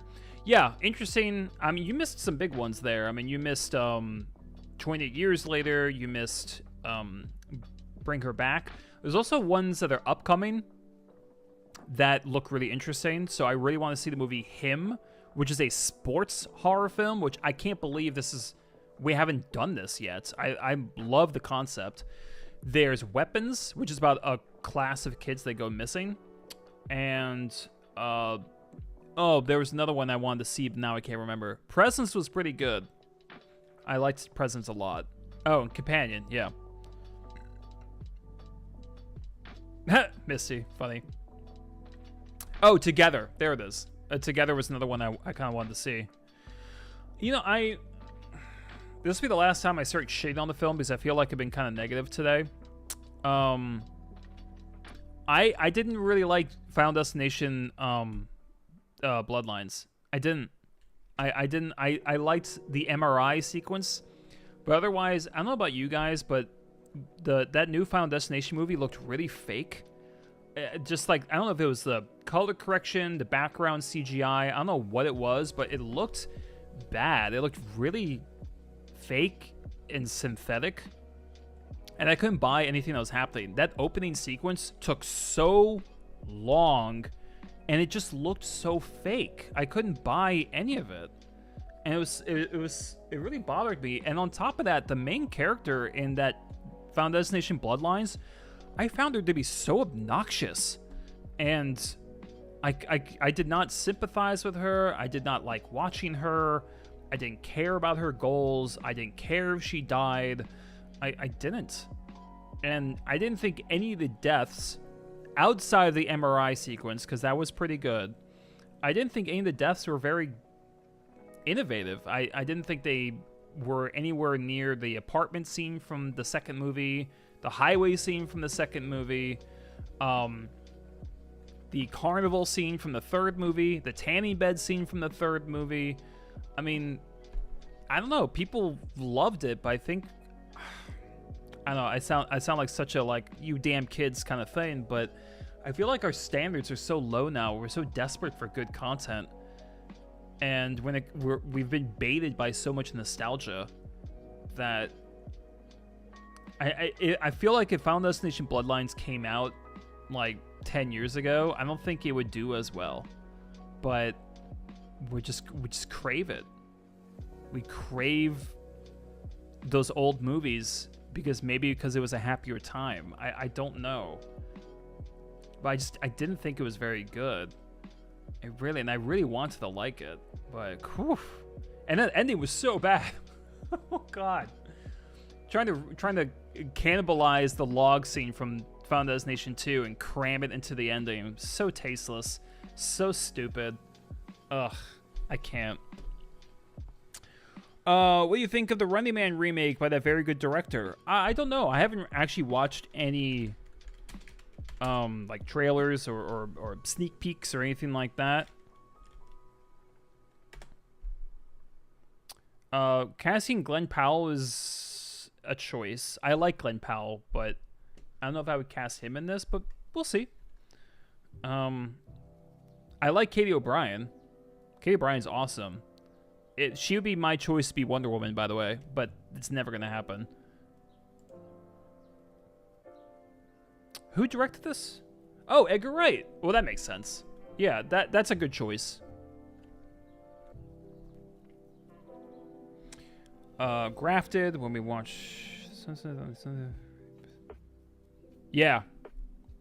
Substance was awesome. I really loved The Substance. Yes, the ending goes on a little bit too long, but it was great. I thought the script was great. It introduced the concept in such a fun way. It was so engaging. I was so on board. Acting was great. I'm not surprised it didn't win Best Picture, but I actually think it was a better movie than Nora. I do. Making Running Man a comedy was such a goddamn stupid choice. Are we talking about the original or the new one? Is Running Man's even out yet? It's not out. But I guess the trailer will tell you if it's a comedy. I think it's tricky to remake an Arnold Schwarzenegger movie. What he added to movies is going to be kind of hard to replicate. And so remaking his films has not gone very well. Total Recall remake, no one even remembers it. I don't know if they even ever tried to remake Commando. I hope not. The new Predator movies aren't very good. So, yeah, that's a tough sell, you know? Seems like they're following King's Book. The new one is a comedy. Check trailer. Oh, okay. Yeah. I'm not as attached to Running Man as the other ones, but that seems a little... Like I said, I don't think you should remake Schwarzenegger films. It's just...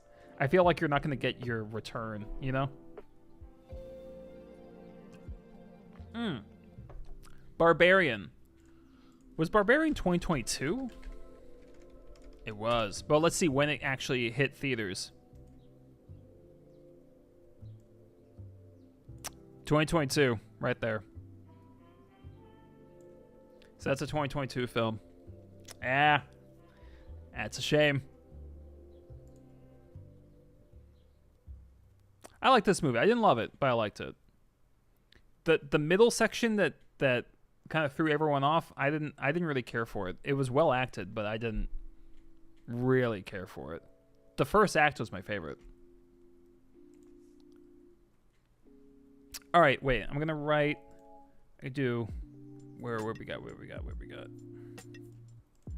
Okay, let's run a little.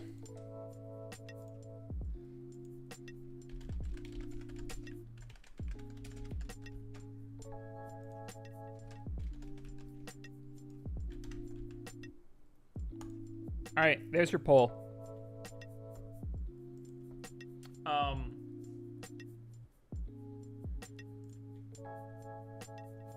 Okay.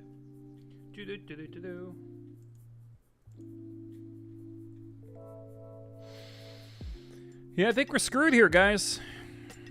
I thought maybe some people could bring some movies I didn't know, and some of you have, actually. I'm going to add a few of these to the watch list for sure. But all in all, yeah, this video might be dead in the water. That's a shame. I just don't... I don't see it, I don't know. I feel like we're forcing this. This is a fun way to chat, though. No regrets. But, yeah. Kari, can't win the games today. Sauna, beer, and the lake are on the way. Are you seriously at a lake with a beer? I'm very jealous. I've heard there's a remake of The Hand That Rocks the Cradle with Mary Elizabeth Winstead and Maika Monroe. Does that sound good? I mean, those are very good actresses. I like both of them a lot. I used to have a crush on Mary Elizabeth Winstead. But who would play who? Let me think. Who would be the evil one? And who would be the main character? I'm trying to guess who. My guess is that Mary Elizabeth Winstead would be the protagonist and Maika Monroe would be the villain. That would be my first guess. Talk to me, sweeps? Yeah, basically. Like, it's just tough, man. I don't know. Maika Monroe's the evil one. Called it. Yeah. I'm like bragging. It's a 50-50 shot. But that makes sense. Those are like our Scream Queens right now. So it makes sense. Megan was a pretty fun horror comedy. Yes. I mostly enjoyed Megan. When it was silly, I liked it. I think my main problem with Megan was that whoever played Megan did a really good job, even though obviously like there's CGI, so I can't like fully give her credit for her performance. But I still think she was good. Everyone else was dog shit. I don't know what happened. I mean, the girl from Get Out was in the movie. That Asian guy from Harold and Kumar is in it. They're capable actors, and they were all terrible. And I don't know what happened. Like, everyone in the movie couldn't act, except for Megan. The CGI character was the best actress in the entire movie. I don't know what happened. I don't know why no one talked about this. But I did enjoy Megan. It had the dog dead cliche, obviously. But I did enjoy it. But it did really bug me how poor the acting was. And I feel like that's the distinction between like intentional, over-the-top, schlocky acting and just like incompetent, bad, unconvincing acting. Like, there is a difference. And oof, Megan really swung to that side. And it was really unfortunate because, yeah.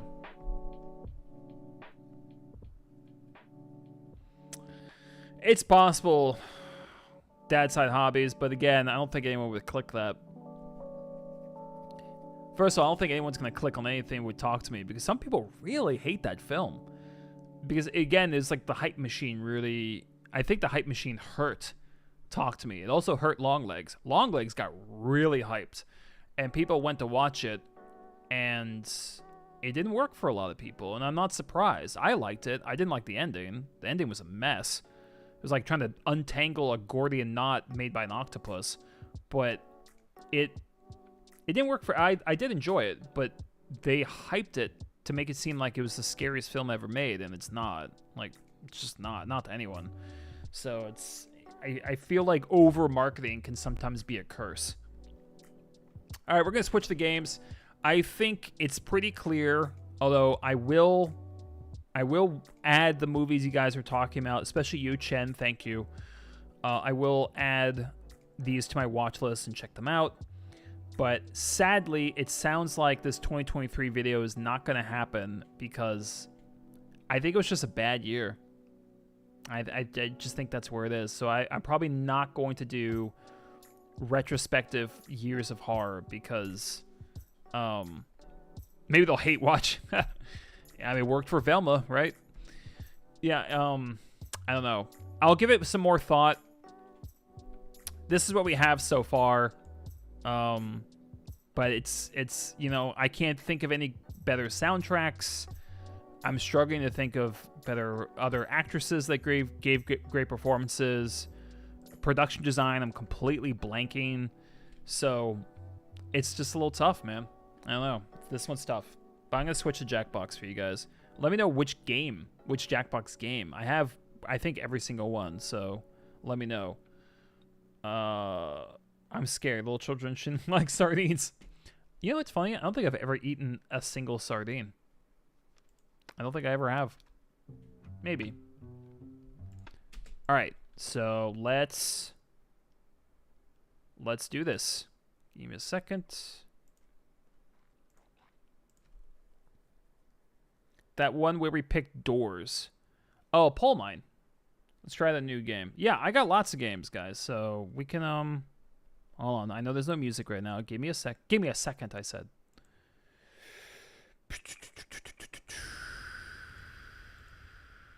Okay. Yeah. I think Pole Mine would be a good way to start, actually. All right. Stay steady as she goes, everybody. We're about to do it. Might be loud. Oh, it might not be.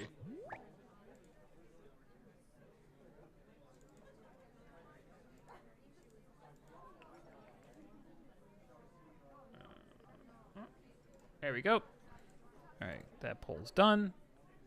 Might need to increase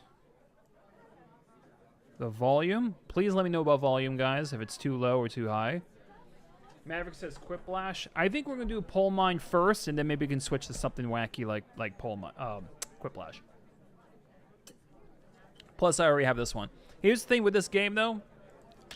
Couple rules. Number one, please do not go AFK. If the app or the website's not responding, just refresh it. But if you're AFK, it will murder this game. And second, make sure to type.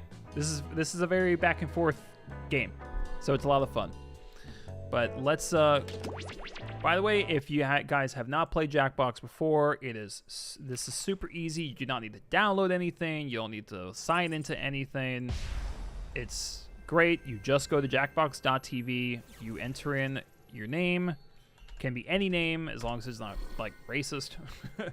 And you add the code. So we should be good to go. I don't think my dumb head is blocking the code. I am going to shrink it down a bit though. So give me a second. There we go. I'm going to move over here. All right, Mike Belcourt's in. So, Misty, Darth, Maverick, Dad's Side, Big Bad Guy, BBL, please join in. I think you can have like up to 100 people play this game, which is crazy. This is a pretty easy game. It's kind of like a sociology experiment. I will not talk during the tutorial, so everyone can learn how to play, but it's pretty easy. You just rank stuff. Actually, the Sonic needs more wood for me one game. There you go, BBL. I like it. Todd's in. Also, you can name your team. Let's see.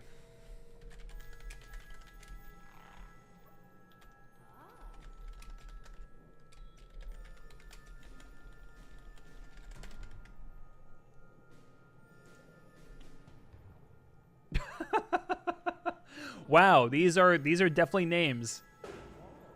Jesus. Who wrote Mangled Cox? Who wrote that?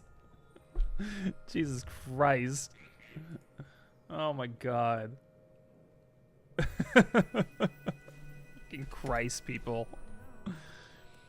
Oh, fun fact. So, real quick before we get started, I've been doing Well, two things. One, hopefully I'll have a video out this Sunday. Two, I am doing a tournament of the best zombie films. Every day I put a poll. It's a whole bracket. First round is ending today. And I randomized all the matchups. And today it's Train to Busan versus Shaun of the Dead. And it's fascinating watching the results come in because it is tight. But it looks like Train to Busan is actually pulling ahead. But I was fascinated to see how this was going to go. I knew it was going to be close. Start without me, Dad. Duties to do. Okay. So I'm going to start this, and I will pick Mangled Cox as one of my favorite team names. You guys can vote for your team names, by the way. All right. Yeah, I think we're ready to go. 4 versus 3. Actually, I might have an advantage because I'm on voice, so it might be more fair if one of you switches. But, oh, there goes. Oh, okay. I think that's more fair because we can probably communicate better. So I think this works, and I'm going to start. Have fun, everybody. Oh, wait. Someone just joined. Give me a second. Nope, Missy ran over.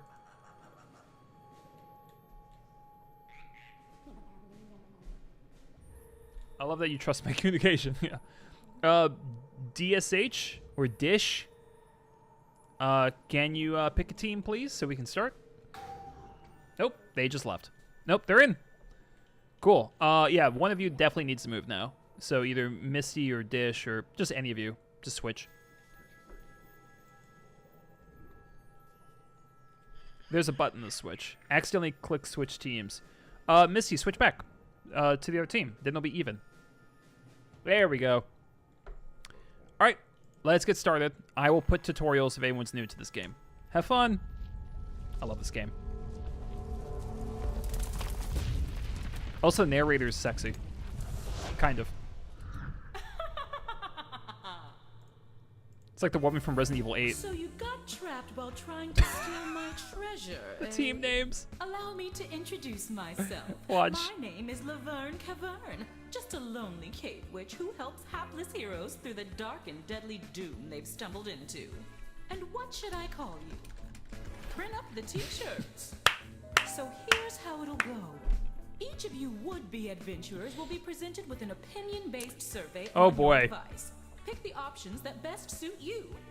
You'll pick the top 3 for each prompt you're given. Wow. Also, be sure to pick them in order of preference. 1 will grant the most points, then 2, 3, and so on. Once everybody has made their choices, I'll mix everyone's answers together and then sort them from most to least popular. So let's start with... which film franchise should never end? Ooh, it's a film question. This is perfect. All right, remember, guys, you're ranking based on your personal preference. Don't think about anything else. Just rank them honestly. Here's the thing, though. I want all of these to end mostly.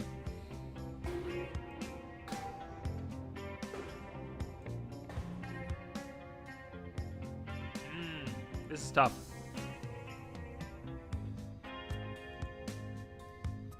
I actually want most of these to end, like, yesterday.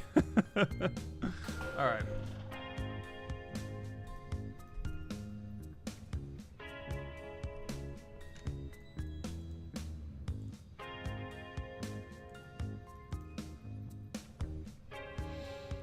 All right. Here we go. First round's the easiest. Don't need to take too long. It looks like Todd's taking his time. Really want to be sure of that. This is gonna be tough because, like, I want a lot of these franchises to end, but I feel like most people don't. The timer is half its previous size. Come on, Todd. Like, I mean, I'll be honest. I want Star Wars to end now.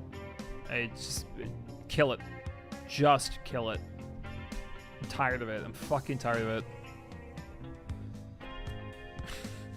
Like, it's been turned into mulch. There's nothing left. It's like this decayed body on the ground that crows are picking at, and like Disney keeps like digging it up, electrocuting it so it moves a little bit, and then shoving it into theaters. It's kind of a gross analogy, but that's how it feels to me. Todd, I hope you didn't go AFK, because that would be a problem.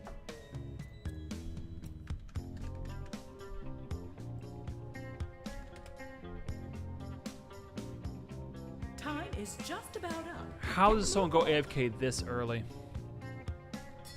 Oh boy, this is gonna kind of kill the game. Unless he doesn't get chosen as the torchbearer. Come on, guys, I asked for one thing. Ask for one thing. Don't go AFK. Follow me. Yeah, he went AFK. Fuck, man. It's the simplest thing. Just don't go AFK in this game. Now that I've combined all your answers, your challenge can begin. Behind this door, your task is simple. Come Find on. the top 3 answers while avoiding the rest. For every correct answer, I'll give you a nice bright torch. Pretty handy down here. And for each one you get wrong, I'll be taking a torch away. Since you've each brought a torch with you, you'll be starting with 1. Let's begin. All right. It's us. You to choose first. Which door is safe? Decide amongst your team. Once you have a choice, it's up to this player to make the selection. Each player will get a chance to open a door. All right, we got it. All right, guys. Hopefully Todd comes back. Todd, man, come on. So we're picking top 3 answers. Does not need to be in order. Which do you think are ones that people don't want to end? I want some opinions. So DSH, Maverick, BBL, I want to hear from you guys. My personal opinion, yep, I personally voted for James Bond. I think if there's more men here than women, there's probably a better chance of James Bond. Tends to be a more of a guy franchise. Maverick says Jurassic Park. I'm gonna put James Bond. I think that's fair. It would not surprise me if this was number 1, but it could be Star Wars for all I know.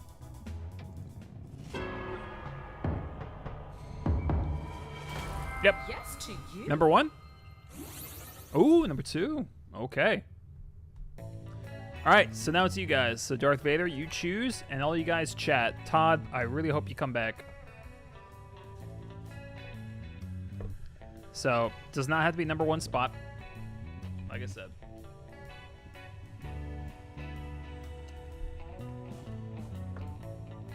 Also, one last thing. You might have less time than you think. There might be a stream delay. So if you have like 5 seconds left, it's like already over. So keep that in mind.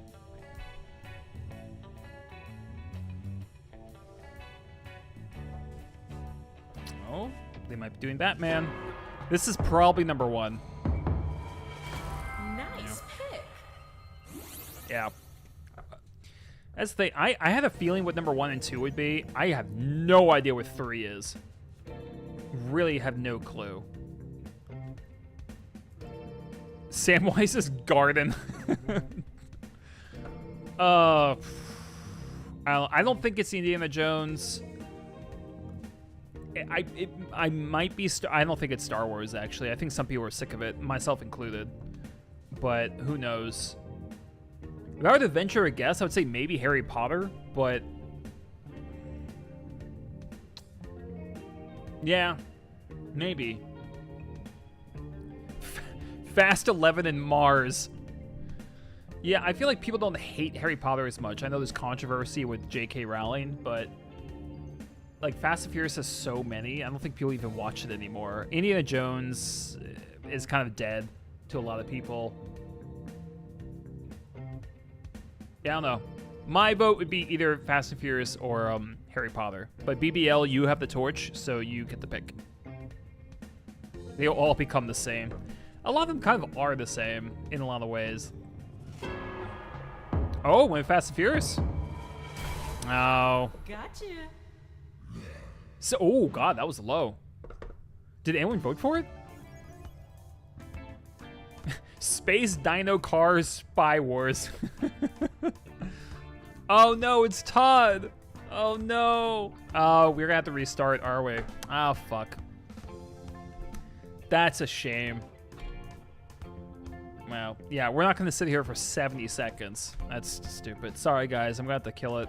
Todd, you really boned this one, man. Yep. Let's try again. I told you guys, don't go AFK. It kills the game. Let's try again. All right, the password is hit. So there you go. I get to be the snail. I'm always the snail. I don't think I can kick him out mid-game. I know. BBL 1 can only hope. I'm just kidding. Total joke. Let's see.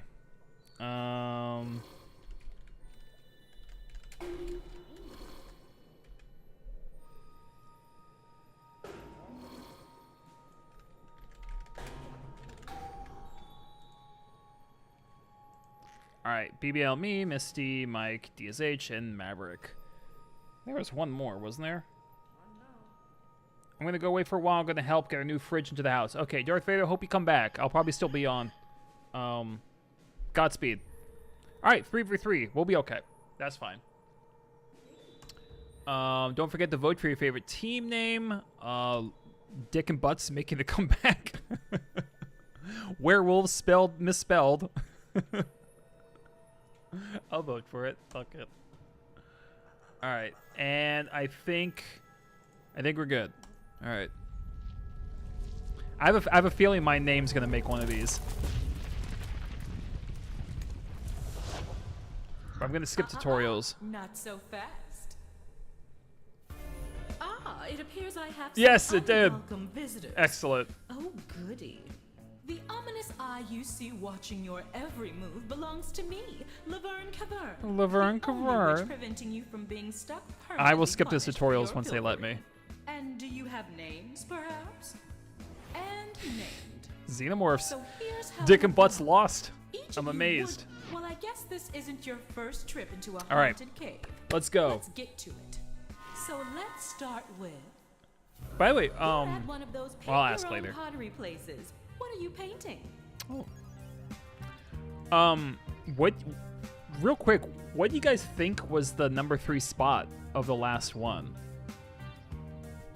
You know, I'm honestly curious. I didn't want to finish it because it would have taken so long, but I'm curious what it was. I'm gonna stand by Harry Potter though. It's probably that.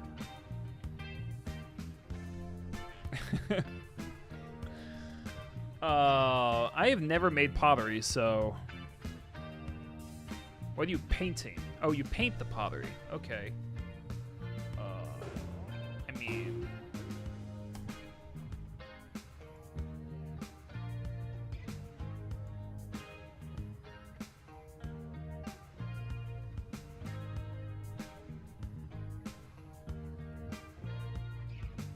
It's like not. This wouldn't really be a hobby of mine, honestly.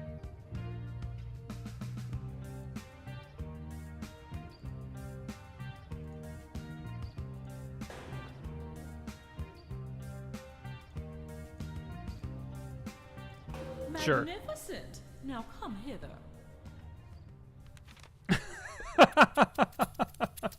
Mike, exactly. The Like, first round is the that's the best easiest. answer. Simply find the top 3 answers. It's like, I don't know. What do you fucking want from me? Alright, okay, it's you guys.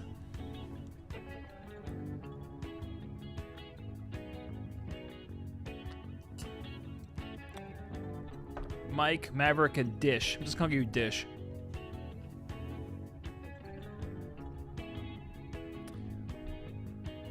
Based on 8 B movies called Spooktacular. Okay, that sounds fun.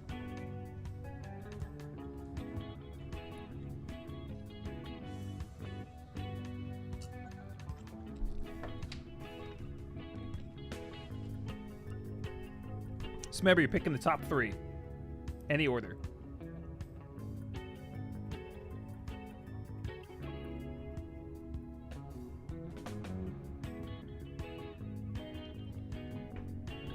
Vase, says Dish. Vase, vase. Animal figurine. I'm surprised. Nope. I Too thought you difficult, had that maybe? one. It does, oh, it was actually kind of Okay, close. if you run out of torches, you can always gain more. At least for now. Does this mean if we get it right, does that mean we win? That'd be way too quick. Misty, I would assume something basic, like a plate. Or maybe a mug if we got some drinkers here. I don't know. BBL, Misty, what do you think?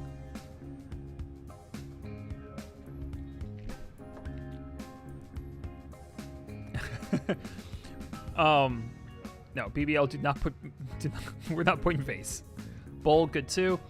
Yeah, I mean, I feel like a really basic one has got to be in the top 3, especially if it's something maybe commonplace, something you would actually use.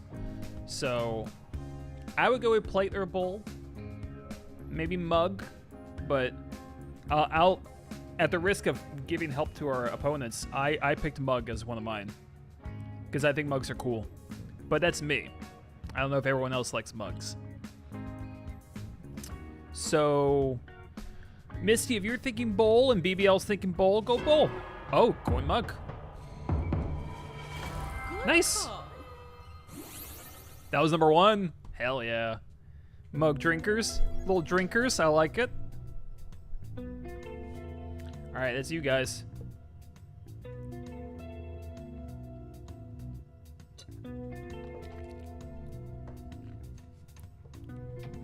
I think oh, Maverick already knew. Yeah, good choice. It's 3rd. Mug and bowl. All right, guys. Darth Vader's back. Oh, you just okay. We just started a new game. I wish I could bring you in here. Well, Vader, stay for the next one. It shouldn't take too long. 15, 20 minutes maybe. BBL, I think plate or picture frame. Those would be my picks. I don't think vase personally, but Missy says bowl. We already picked bowl.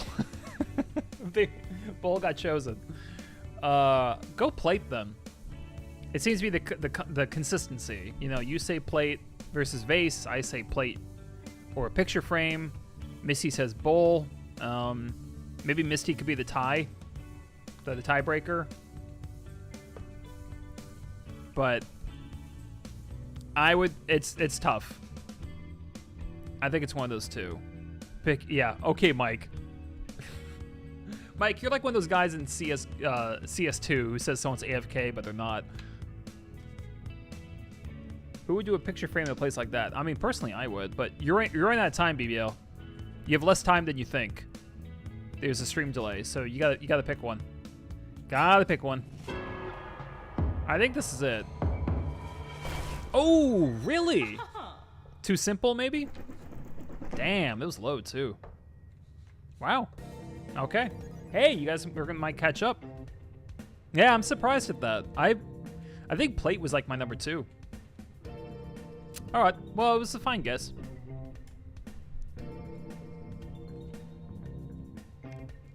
Don't tell me it's a vase.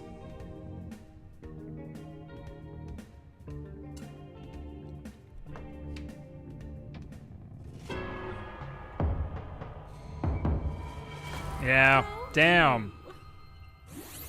I just feel like it would be so hard and time consuming. And that's all Box she with wrote. 5. Picture frame No, was 7. really, that's I think I was the only person who put picture frame. Wow. Let's see who's currently leading in the polls. I think they're winning now. How Yeah, they about are. another? And let's raise the stakes by ranking 4 choices this time. This one's really At your fun. friend's house for the first time. You're alarmed to discover they That do fucking not emoji. own this. Dark dad side. What is that? At your friend's house for the first time, you're alarmed to discover they do not own this. Okay. So these are like must-have house items, I guess.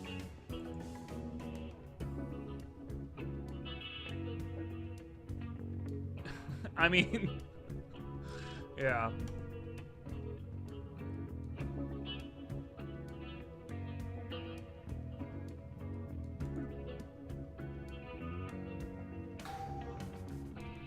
Ooh. Doesn't alarm me if someone didn't have books, but it would be a little sad. Maybe just because I don't know. I think reading's actually kind of cool. There's some badass books out there.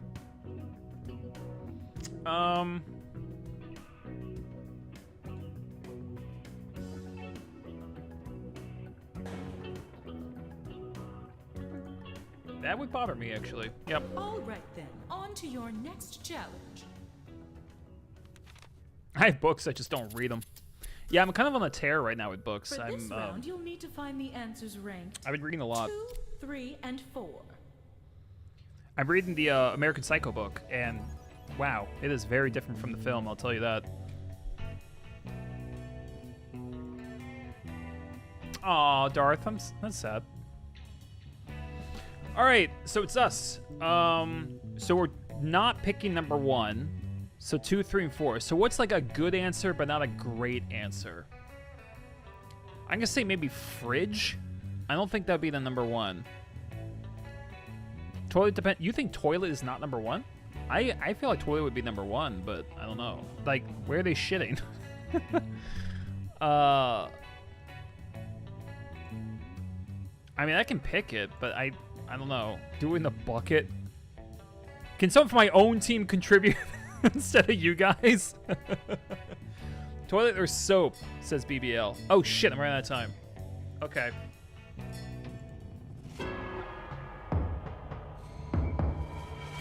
Yes! Great job. 4th place? 3rd place? Yeah, it would... Because I thought about that. Like, imagine using their bathroom, and there's just no soap.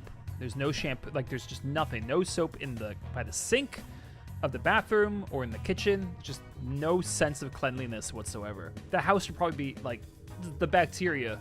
Ugh. Shit in the fridge so it won't smell. I hate to break it to you, BBL. Fridges are not, like, fridges can still stink. One time, milk leaked into my vegetable drawer and I didn't know. Oh boy. Yeah, bad. Okay. Number 2. Wow. Okay. I don't know, guys. I would say either fridge or couch. Is it that crazy not to own an oven? I mean, I have an oven, but I never use it because it doesn't work very well. I could be wrong, but I feel like toilet's gotta be number 1. I mean, that's insane.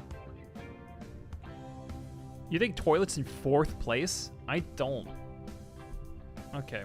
Well, that's my opinion. Because remember, we're not trying to get number 1 spot.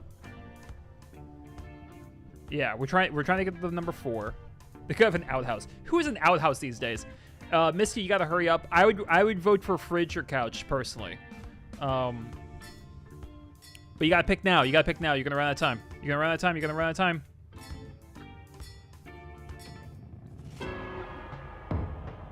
It's gonna be couch, isn't it? Yes! Excellent. You basically can't have anything but dry food. Toilet was number 1. I knew it. Table was 7. Books are 8. Couch was 6. Okay. Hey guys, we little comeback. This is great. There's one more room and one more survey between nice you job. and freedom. So why put off the inevitable? But this time I'm asking you to rank 5 choices. Where are you building your supervillain lair? Ooh, I love this question. Oh, this is great. This can be very hard to do, though. Everyone has this is very personal, you know? Oh, man.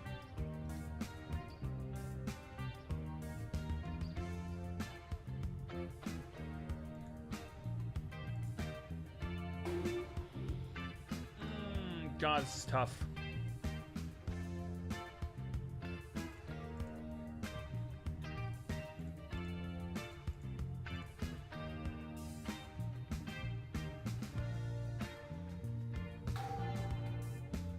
Why would you ever want to go there?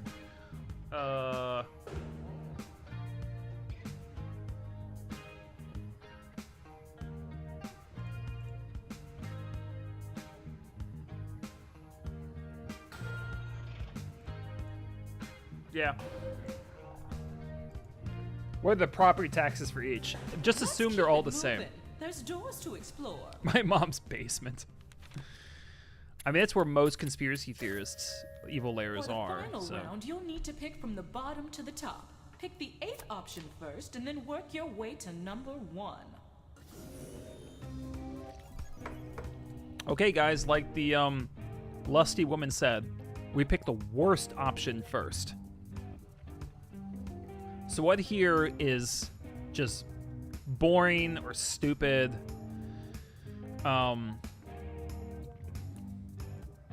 City skyscraper is kind of uncreative. I don't know if a lot of people would want to even go to the Arctic. So I don't know. DSH, you are not on our team. Missy, you just go with your gut on this one because I feel like we're gonna get this wrong.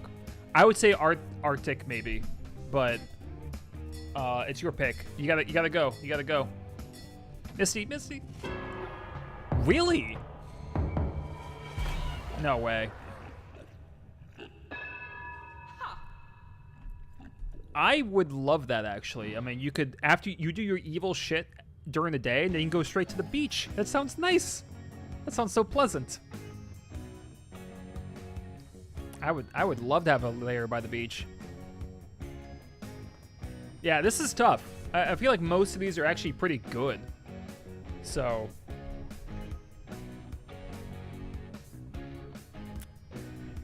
Mike, copy my answer. Be right back.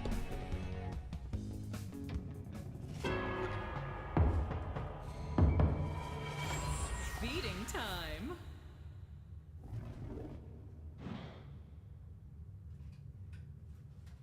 Since neither team could find it, let me give you a hand.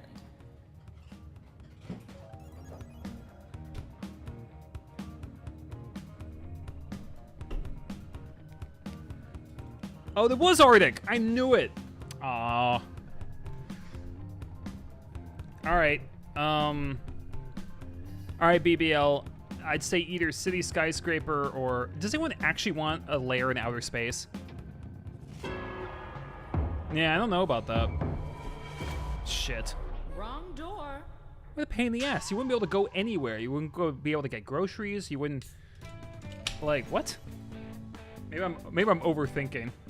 Accidental click. Oh, BBL.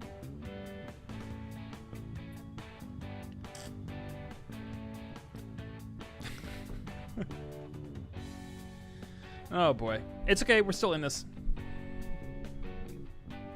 God damn it. Oh, volcano. No way. Yeah, no way. That's badass. Yikes. Remember Syndrome from The Incredibles? He had a lair in the volcano and looked awesome. Were you looking for this? Ah! I've been right twice now. Okay. What do you guys think? Could be abandoned amusement park. These are all good. I think either abandoned amusement park or maybe the lab. It's not. I don't think it's castle. I don't think it's volcano. Guys, I need your help though. I need your help. I'm gonna run out of time. It could be outer space now, maybe. I'll give it a go. This is probably wrong. Shit. Oh, boo.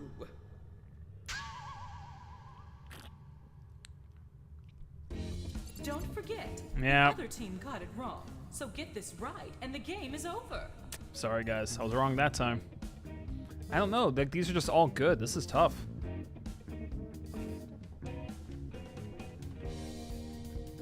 I just don't think being in outer space would be very fun. I really don't. Ah! So proud. I should have gone with my gut. Yeah, we got it. Yeah. What was... Castles... Outer space was 2? Holy shit. Wow. Nice job, guys. You survived Good job. using the power of opinions. Damn. As promised, here's We coulda the got layout. that. Aren't I a sweetheart? Oh no! Look at And us, we're so scared. You'll learn to love the place. Oh damn. Okay. So I'm gonna run another poll, and we're gonna find out what to play next. If there's a particular game you want to play, just shout it out in chat. Vader, you weren't able to play this one, so maybe you can recommend one as well. We'll make sure you get in.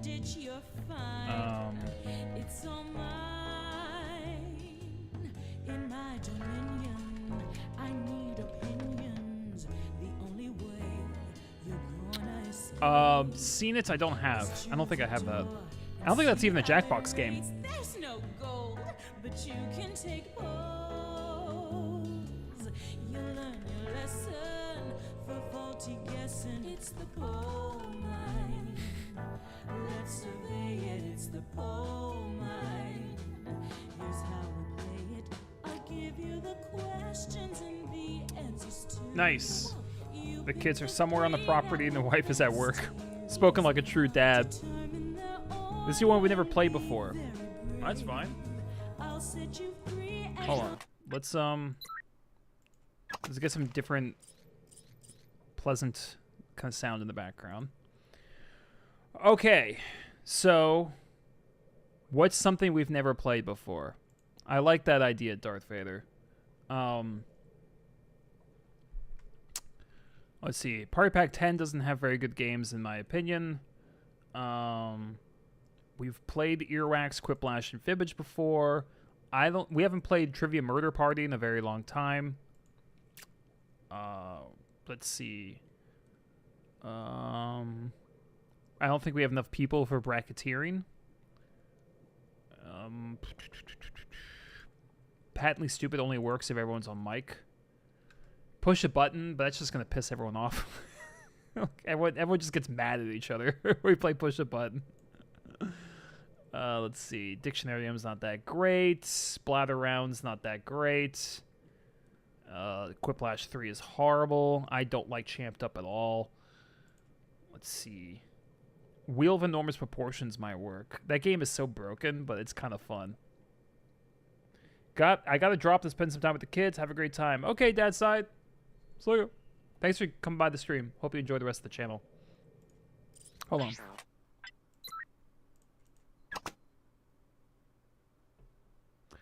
What about Wheel? What do you guys think? It's like a trivia game mixed with like Wheel of Fortune. We could do this. And this is also a pretty fun game because the announcer always sounds like he's pleasuring himself. It's pretty funny. Yeah, fuck it. No, seriously though, when you listen to this announcer and tell me he doesn't sound like he's pleasuring himself.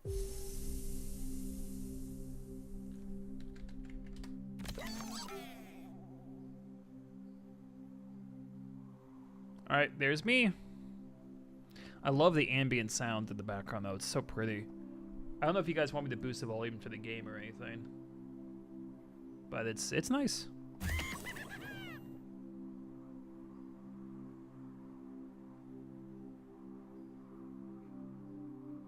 Darth Vader's in.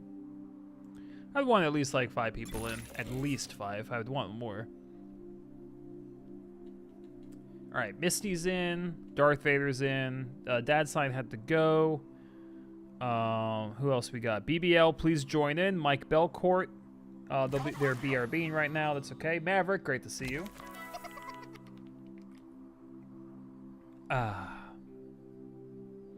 Nice little Saturday. Thank you guys for showing it to the stream. I have a lot of editing to do today, but this is a good way to start.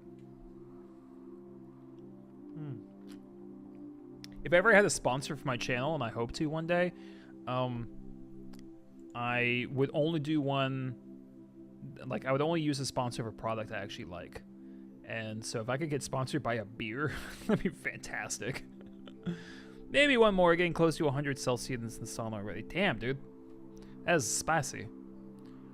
Okay, are we good? Is this all we got? I think there's a couple people left. I think this is everyone. I think I'm going to start. BBL's in, right? Yeah. Okay. All right. Pretty basic game. Does YouTube allow alcohol ads?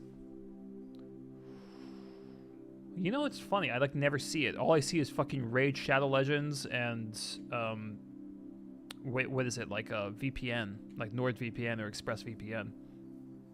That's pretty much it. Yeah, good question. That's a shame though. All right, here we go. 3, 2, 1. All right. You ever heard a host masturbate? You Listen have to this. traveled to this sacred mountaintop, Oh. seeking answers from the all-knowing wheel of enormous proportions. You may now ask the wheel any one question Yep. that torments your very soul. If you Should you be chosen, your longing for truth will be satisfied, and your life forever changed. yeah, if you win the game, he'll answer your question. It's pretty funny.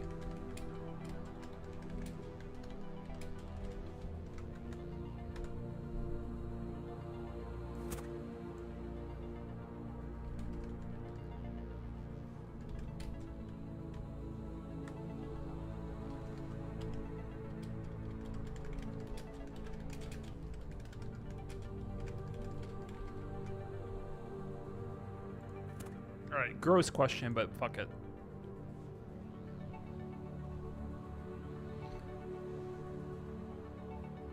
Water be boiling in the There's street of no shame if Texas. you're drawing a blank here. I'll just cook up a random question for you. Almost out of time. Wonderful. Oh, the no. great wheel awaits you now. The wheel of enormous proportions. It's me. You're gonna take turns spinning me, and you get points if I land on. So All right. you already know how it goes. Enough of my yapping. We do not need a tutorial. This game is so straightforward. You have the chance to win points thanks to these 2 slices. But your odds are better when you have more. So we're gonna earn some by doing trivia, starting right now. Remember, guys, there could be a stream We delay. will start with question 1. Which of these are Nintendo games that feature Luigi? Just tap on the ones that fit the prompt. I was always more of a Toad man myself, the little mushroom guy, not the amphibian.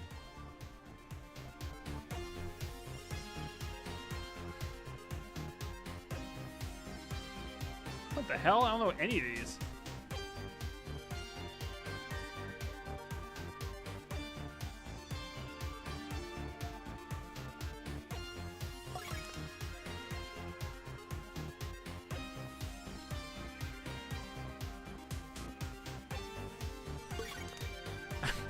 Some of these games I feel like can't be real.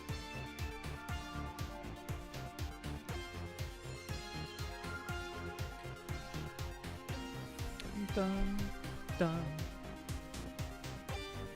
Hey, this song's actually kind of good.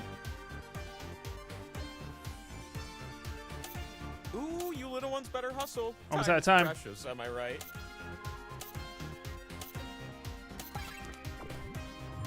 Okay, now here's what we were looking for. All right, let's see how you did. Mario is missing as a game? Nice, Maverick. How did you... 2 tiny ones are on top. From me to you. Nice job. And if you think I didn't notice your high score, then think again. Another slice. I've got a second question to share with you. Which of these super cool items are parts of a toilet? Oh, not a plumber? Okay, that may not be cool to you. I just have a thing for spare parts. Tap the right answers. That seems like a good idea.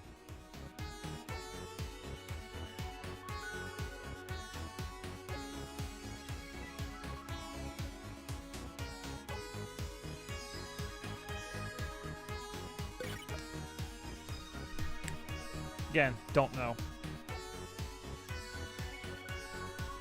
It's an interesting overlap. What's the kind of overlap between super, like, Nintendo nerds and plumbers?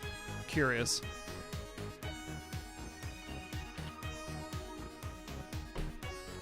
Float could be a part. It could be part of it. Is it not? Oh, dear. Oh, I got that one wrong, I think. Almost out of time, BBL. The time to tap answers is slipping away.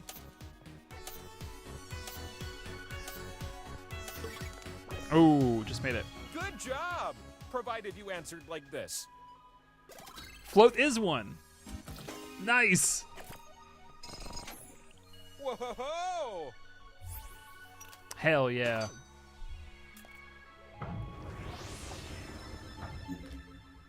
This round wouldn't be complete without a question 3. You'll be typing your answers for this one. Oh god. What rhymes with tile? 1-syllable common words only, please. Sorry, I'm just up to my eyeballs in backsplash samples for my kitchen. There are 16 correct answers. Really? Try to name them all before time runs out.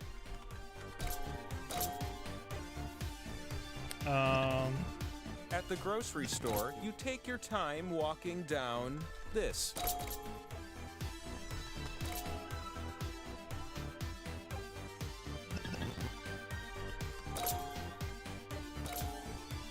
Oh, to be back on those beautiful other word for islands.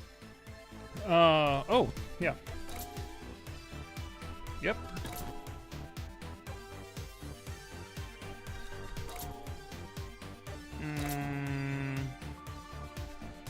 Is that a word? Yes, it is. Get those final answers in quick!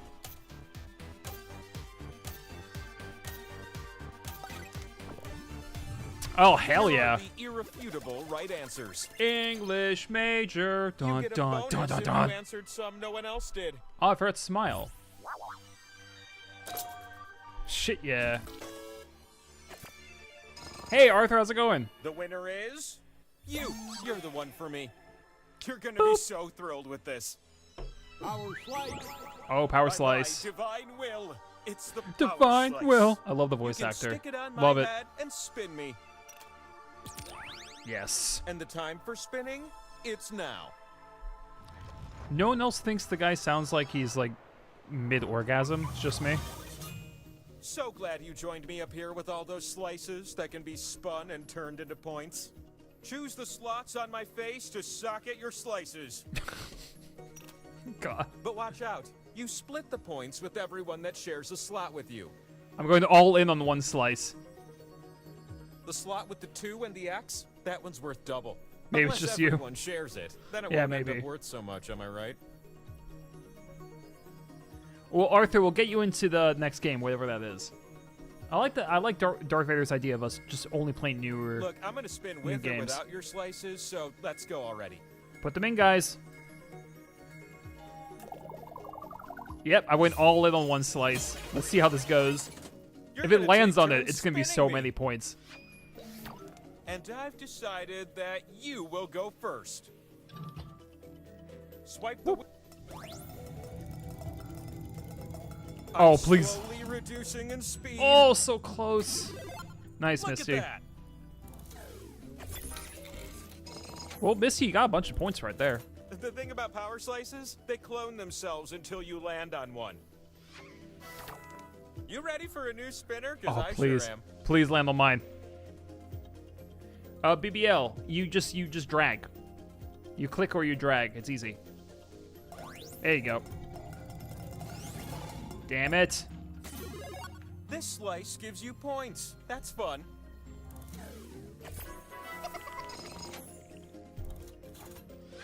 Come on, someone land on pink. It's your turn. Turn to pink. Go, Misty.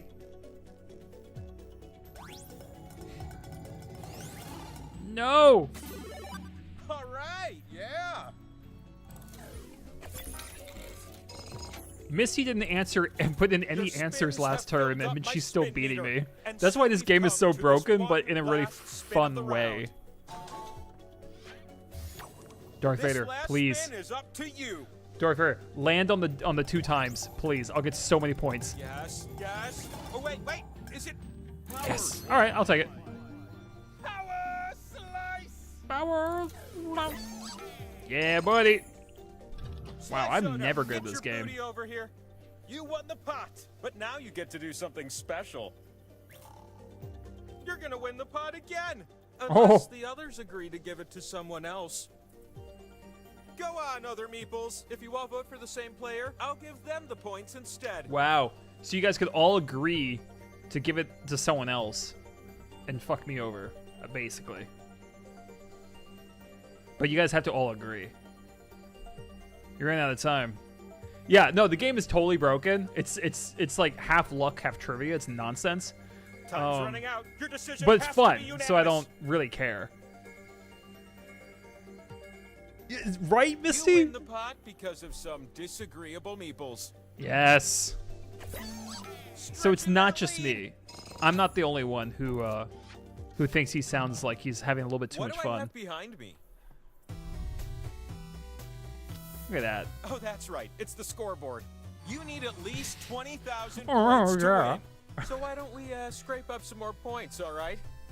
You know what I'd love if a game was narrated by Tim Before the Curry, questions, I give out 2 like slices. Nigel Thornberry kind of thing. Enjoy. Like, oh yeah. I'm here to ask question 1, and you're here to answer it. Which of these are holidays celebrated in the United Kingdom? Oh damn it. I know like 2 of What if you these. tapped all the answers that fit the prompt? I bet it'd feel pretty good. I don't know. Of all the things that have been offered to me on my altar, nobody has ever sacrificed to me a tuna melt. And I'm starting to think it's on purpose. I'm not British. I have no idea. Oh fuck! I clicked Bloody Sunday. That's wrong, isn't it? That's not a holiday. That was like a disaster or something. What happened on Bloody Sunday? Fuck! I have to look that up now. I already put in my answers. I'm not cheating. Oh yeah. That okay. So that was wrong. Whoops. Only a few more TikToks and we're done here. Yeah, I don't like tuna unless it's raw. I like it in sushi. But All like right, cooked tuna. prepare yourself for the truth. Ugh. How Yeah. did you compare? Bird's night. Wow, I did really bad. Nice job, BBL. Pow! Have another one. I mean, to be fair, I've never had a tuna melt, but I've had tuna, Question 2, and I just mind don't. if I do. Yeah. You're gonna pair things off based on this prompt. Like a tuna casserole. Match Whoa. the play with Milady. Oh. Okay. You'll see 2 columns that you can slide up and down. Tap an item in column A, then tap its match in column B. Jesus.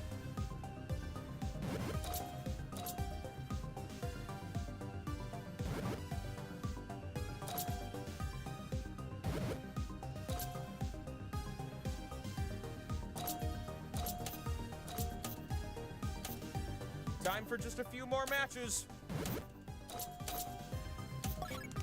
Dang. Time's Oh, up. I won. Let's see the matches at least. That was hard. Such a harmonious set A couple of of those answers. were guesses.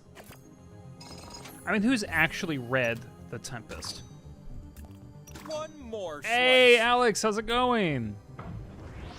Alex, I'd love to get you on voice in the next game if you Question want. 3 is when the power slice comes out to play. Wish I had a mouse. Yeah, having Which the of mouse right these now are really helps. Germanic languages?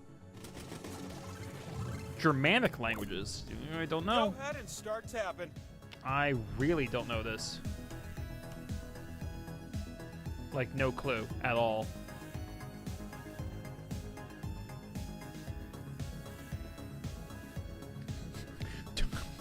Dothraki. Oh, that is funny as fuck. Alright, I definitely got this all wrong. Yeah, having the mouse and keyboard with Jackbox definitely has its advantages. I won't lie. Like, I get to type fast. Maybe we should do a a murder trivia party after this. Or trivia murder party, I mean. Alex, what do you think? What would you like to play after this? Your tap time is ticking away.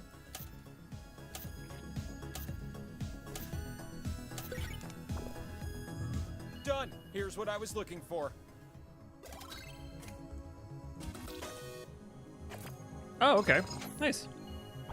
You have all the points you Yiddish. need. Okay. If a spin gives That you makes sense. points just one more time, the game can be yours. I gotta break this tie. You. Chew Yay! on a power slice. Our slice. Does YouTube allow alcohol ads? I, Time you know. to ascend. Watch out for the hawks up there. They will wreck you. Oh wait, I was reading the previous comment. My bad. My thing's still refreshing. So glad you can join me up here with all those slices you have. A Yeah, slot Alex, with it's okay arrows as will long give as you you're points like if you're next to it. overly I wonder how talkative and many of you will interrupting cozy everyone. up That's to fine. it. You know how it be. Oh, it's my turn.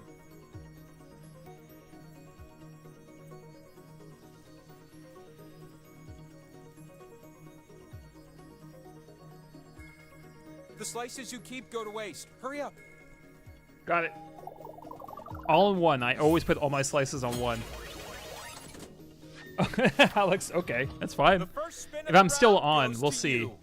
I have a lot editing to do. When will you be back? Maverick, it's all you, buddy. Well, if you don't spin me, I'll just rotate on my own.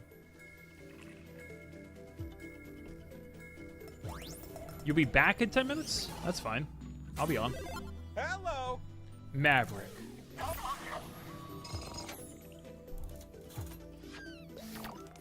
It's your time to shine. My time to shine.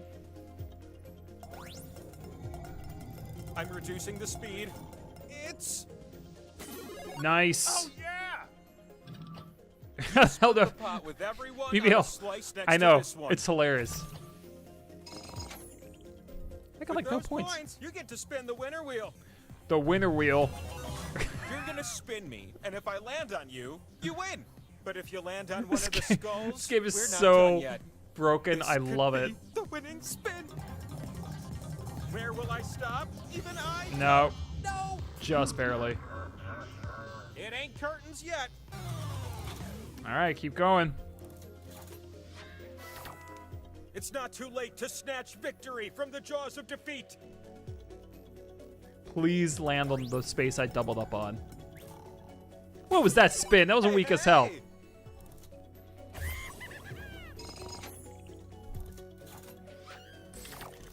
I'm ready for a new spinner. Land on it. Land on the piece. The forbidden piece. Come on, Misty. You got it. Oh, no. Yes! Our slice. It wasn't the big piece, It's but I'll the take it. Power slice. Let's skip the extra stuff. You're spinning the winner wheel. Mm-hmm. Come to me. And Will they- this be the winning spin? Put your back into it. And they put more slices on. It's so broken. I'm decelerating, and very soon. No! Again. Oh, we're not done yet. It's Skull City over here. Oh. The last spin really amps things up. You So can basically, still win you this guys have one to next hit spinner. Show me what you got. 20,000 to get the winner wheel. The mystery of where I land is about to. Yes! It's a pod split. You landed on it. What? Get out of here. Misty, that can happen, unfortunately. Come to my side, little Oh my one. god, if it doesn't land on You're it, I about to win swear. the game. Don't let me down. You gotta be kidding me! We have ourselves a game. Oh my god, the kind of luck I have. Let's look Jesus. at the It's like I threw a scores and rock baseball out at to a this sort barn of door Russian and hit chiptune myself in the thing I head. got going on. Oh. You might have this one in the bag, but will you hold on? I can't believe I You know, rolled I a used to skull wear on hats, that. But every time I got Hila- spun, it that- would this fly is you right guys' off. chance to catch They all up. ended up in that valley called the Valley of Ugh, Hats. I have the worst luck, I swear. Plunk. Okay. I just need to Question hold one on. is the first of 3 questions. I need to hold on to my points. Match the micronutrient to the Worst thing you could do is biological ask me a function it science benefits. question. Or math. Oh god, I Match don't the know left any of this shit. ones to the right ones.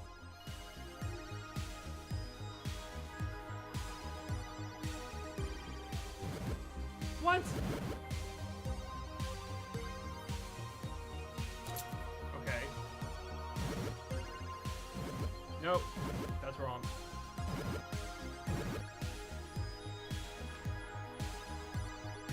Hey, babe. Hey, here's a match. You and running out of time. Wow. For creatures so little, humans sure do need I a got lot two of things right to and I keep them won. spinning. That's hilarious. That was hard. I put it in the fridge. It's in there. What in the... Because of my ice started to melt. Another one! Question 2 is what I'm feeling now. Albert Einstein whiffed this question, but I'm sure you won't. Which of the following people once reigned as the undisputed world heavyweight boxing champion? Tap away, little ones, tap away. Oh. Gotta be.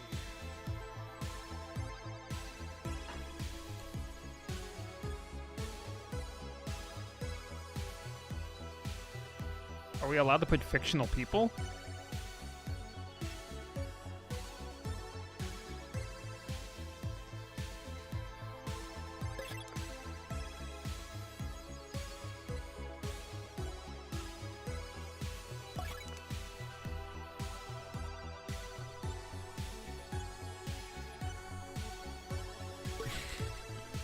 Mo Kid Gorgeous Sizzlack. That's really good. That was a great episode too. Kid Gorgeous, Kid Presentable, and Hurry then Kid Mo. How about some answers, baby?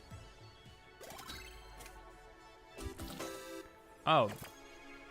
So they didn't Two allow of you fictional are people. more Good to meeple than know. the rest. Bam! One just isn't enough. Ah, BBL. That stinks. Let's finish this set strong and get you that power slice. That'd be nice. You need to answer this question numerically. How many millions of users did Facebook have when the social network was in theaters at the end of 2010? No idea. According to Facebook's internal numbers. Use the keypad on your device to enter a number and then tap submit. The player who gets the closest will win this one. Seriously, no idea. Back when Facebook was a college thing, those are the days. Now it's just conspiracy theories for boomers, pretty much.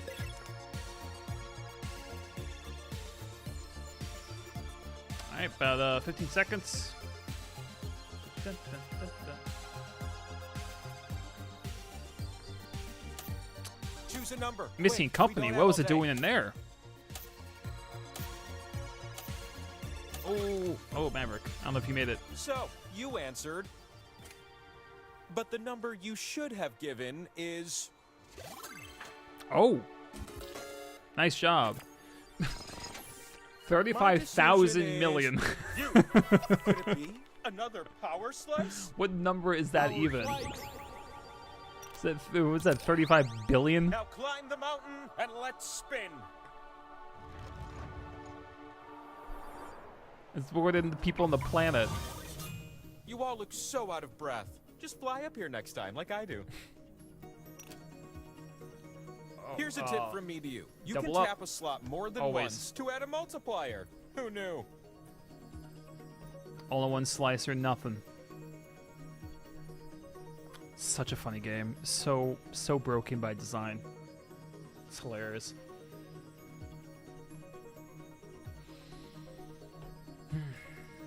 Time is Hey, ticking Denny's, how's away. Subway? Don't miss out on this opportunity. Good. Hey, do you want to play? Okay. You want to play? Why don't you start things off? No? Alright, Maverick, it's all you.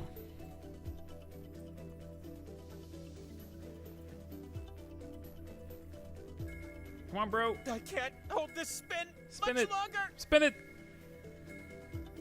He'll probably just spin for you. Yeah. The anticipation of where I land is killing me. I'm so Oh. pleased. He's trying to catch up. Not appreciated. Ooh, You get the spin now. Oh my god. spin is Oh my god, yours. you're gonna win. This could be You're gonna the win very this game last because I spin of the game. freaking tenderized the wheel for you. Oh, this is nonsense. Oh, I can't believe you're about to steal this.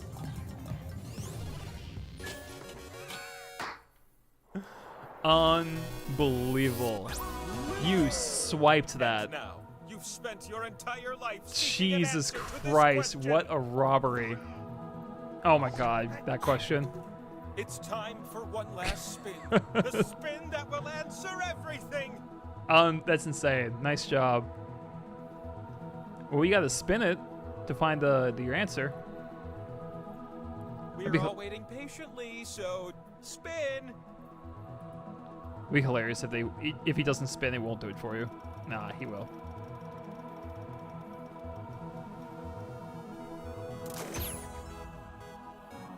This is a truly awe-inspiring result. Hold I- this answer near and dear, little I do one. not understand that answer, but that's funny. Cannot believe that. Well, you won comeback of the century, like you said. Here are the questions that may never be answered. Mine was a joke, by the way. Trump's favorite type of movies. Where should I go to school? Where are the best deals?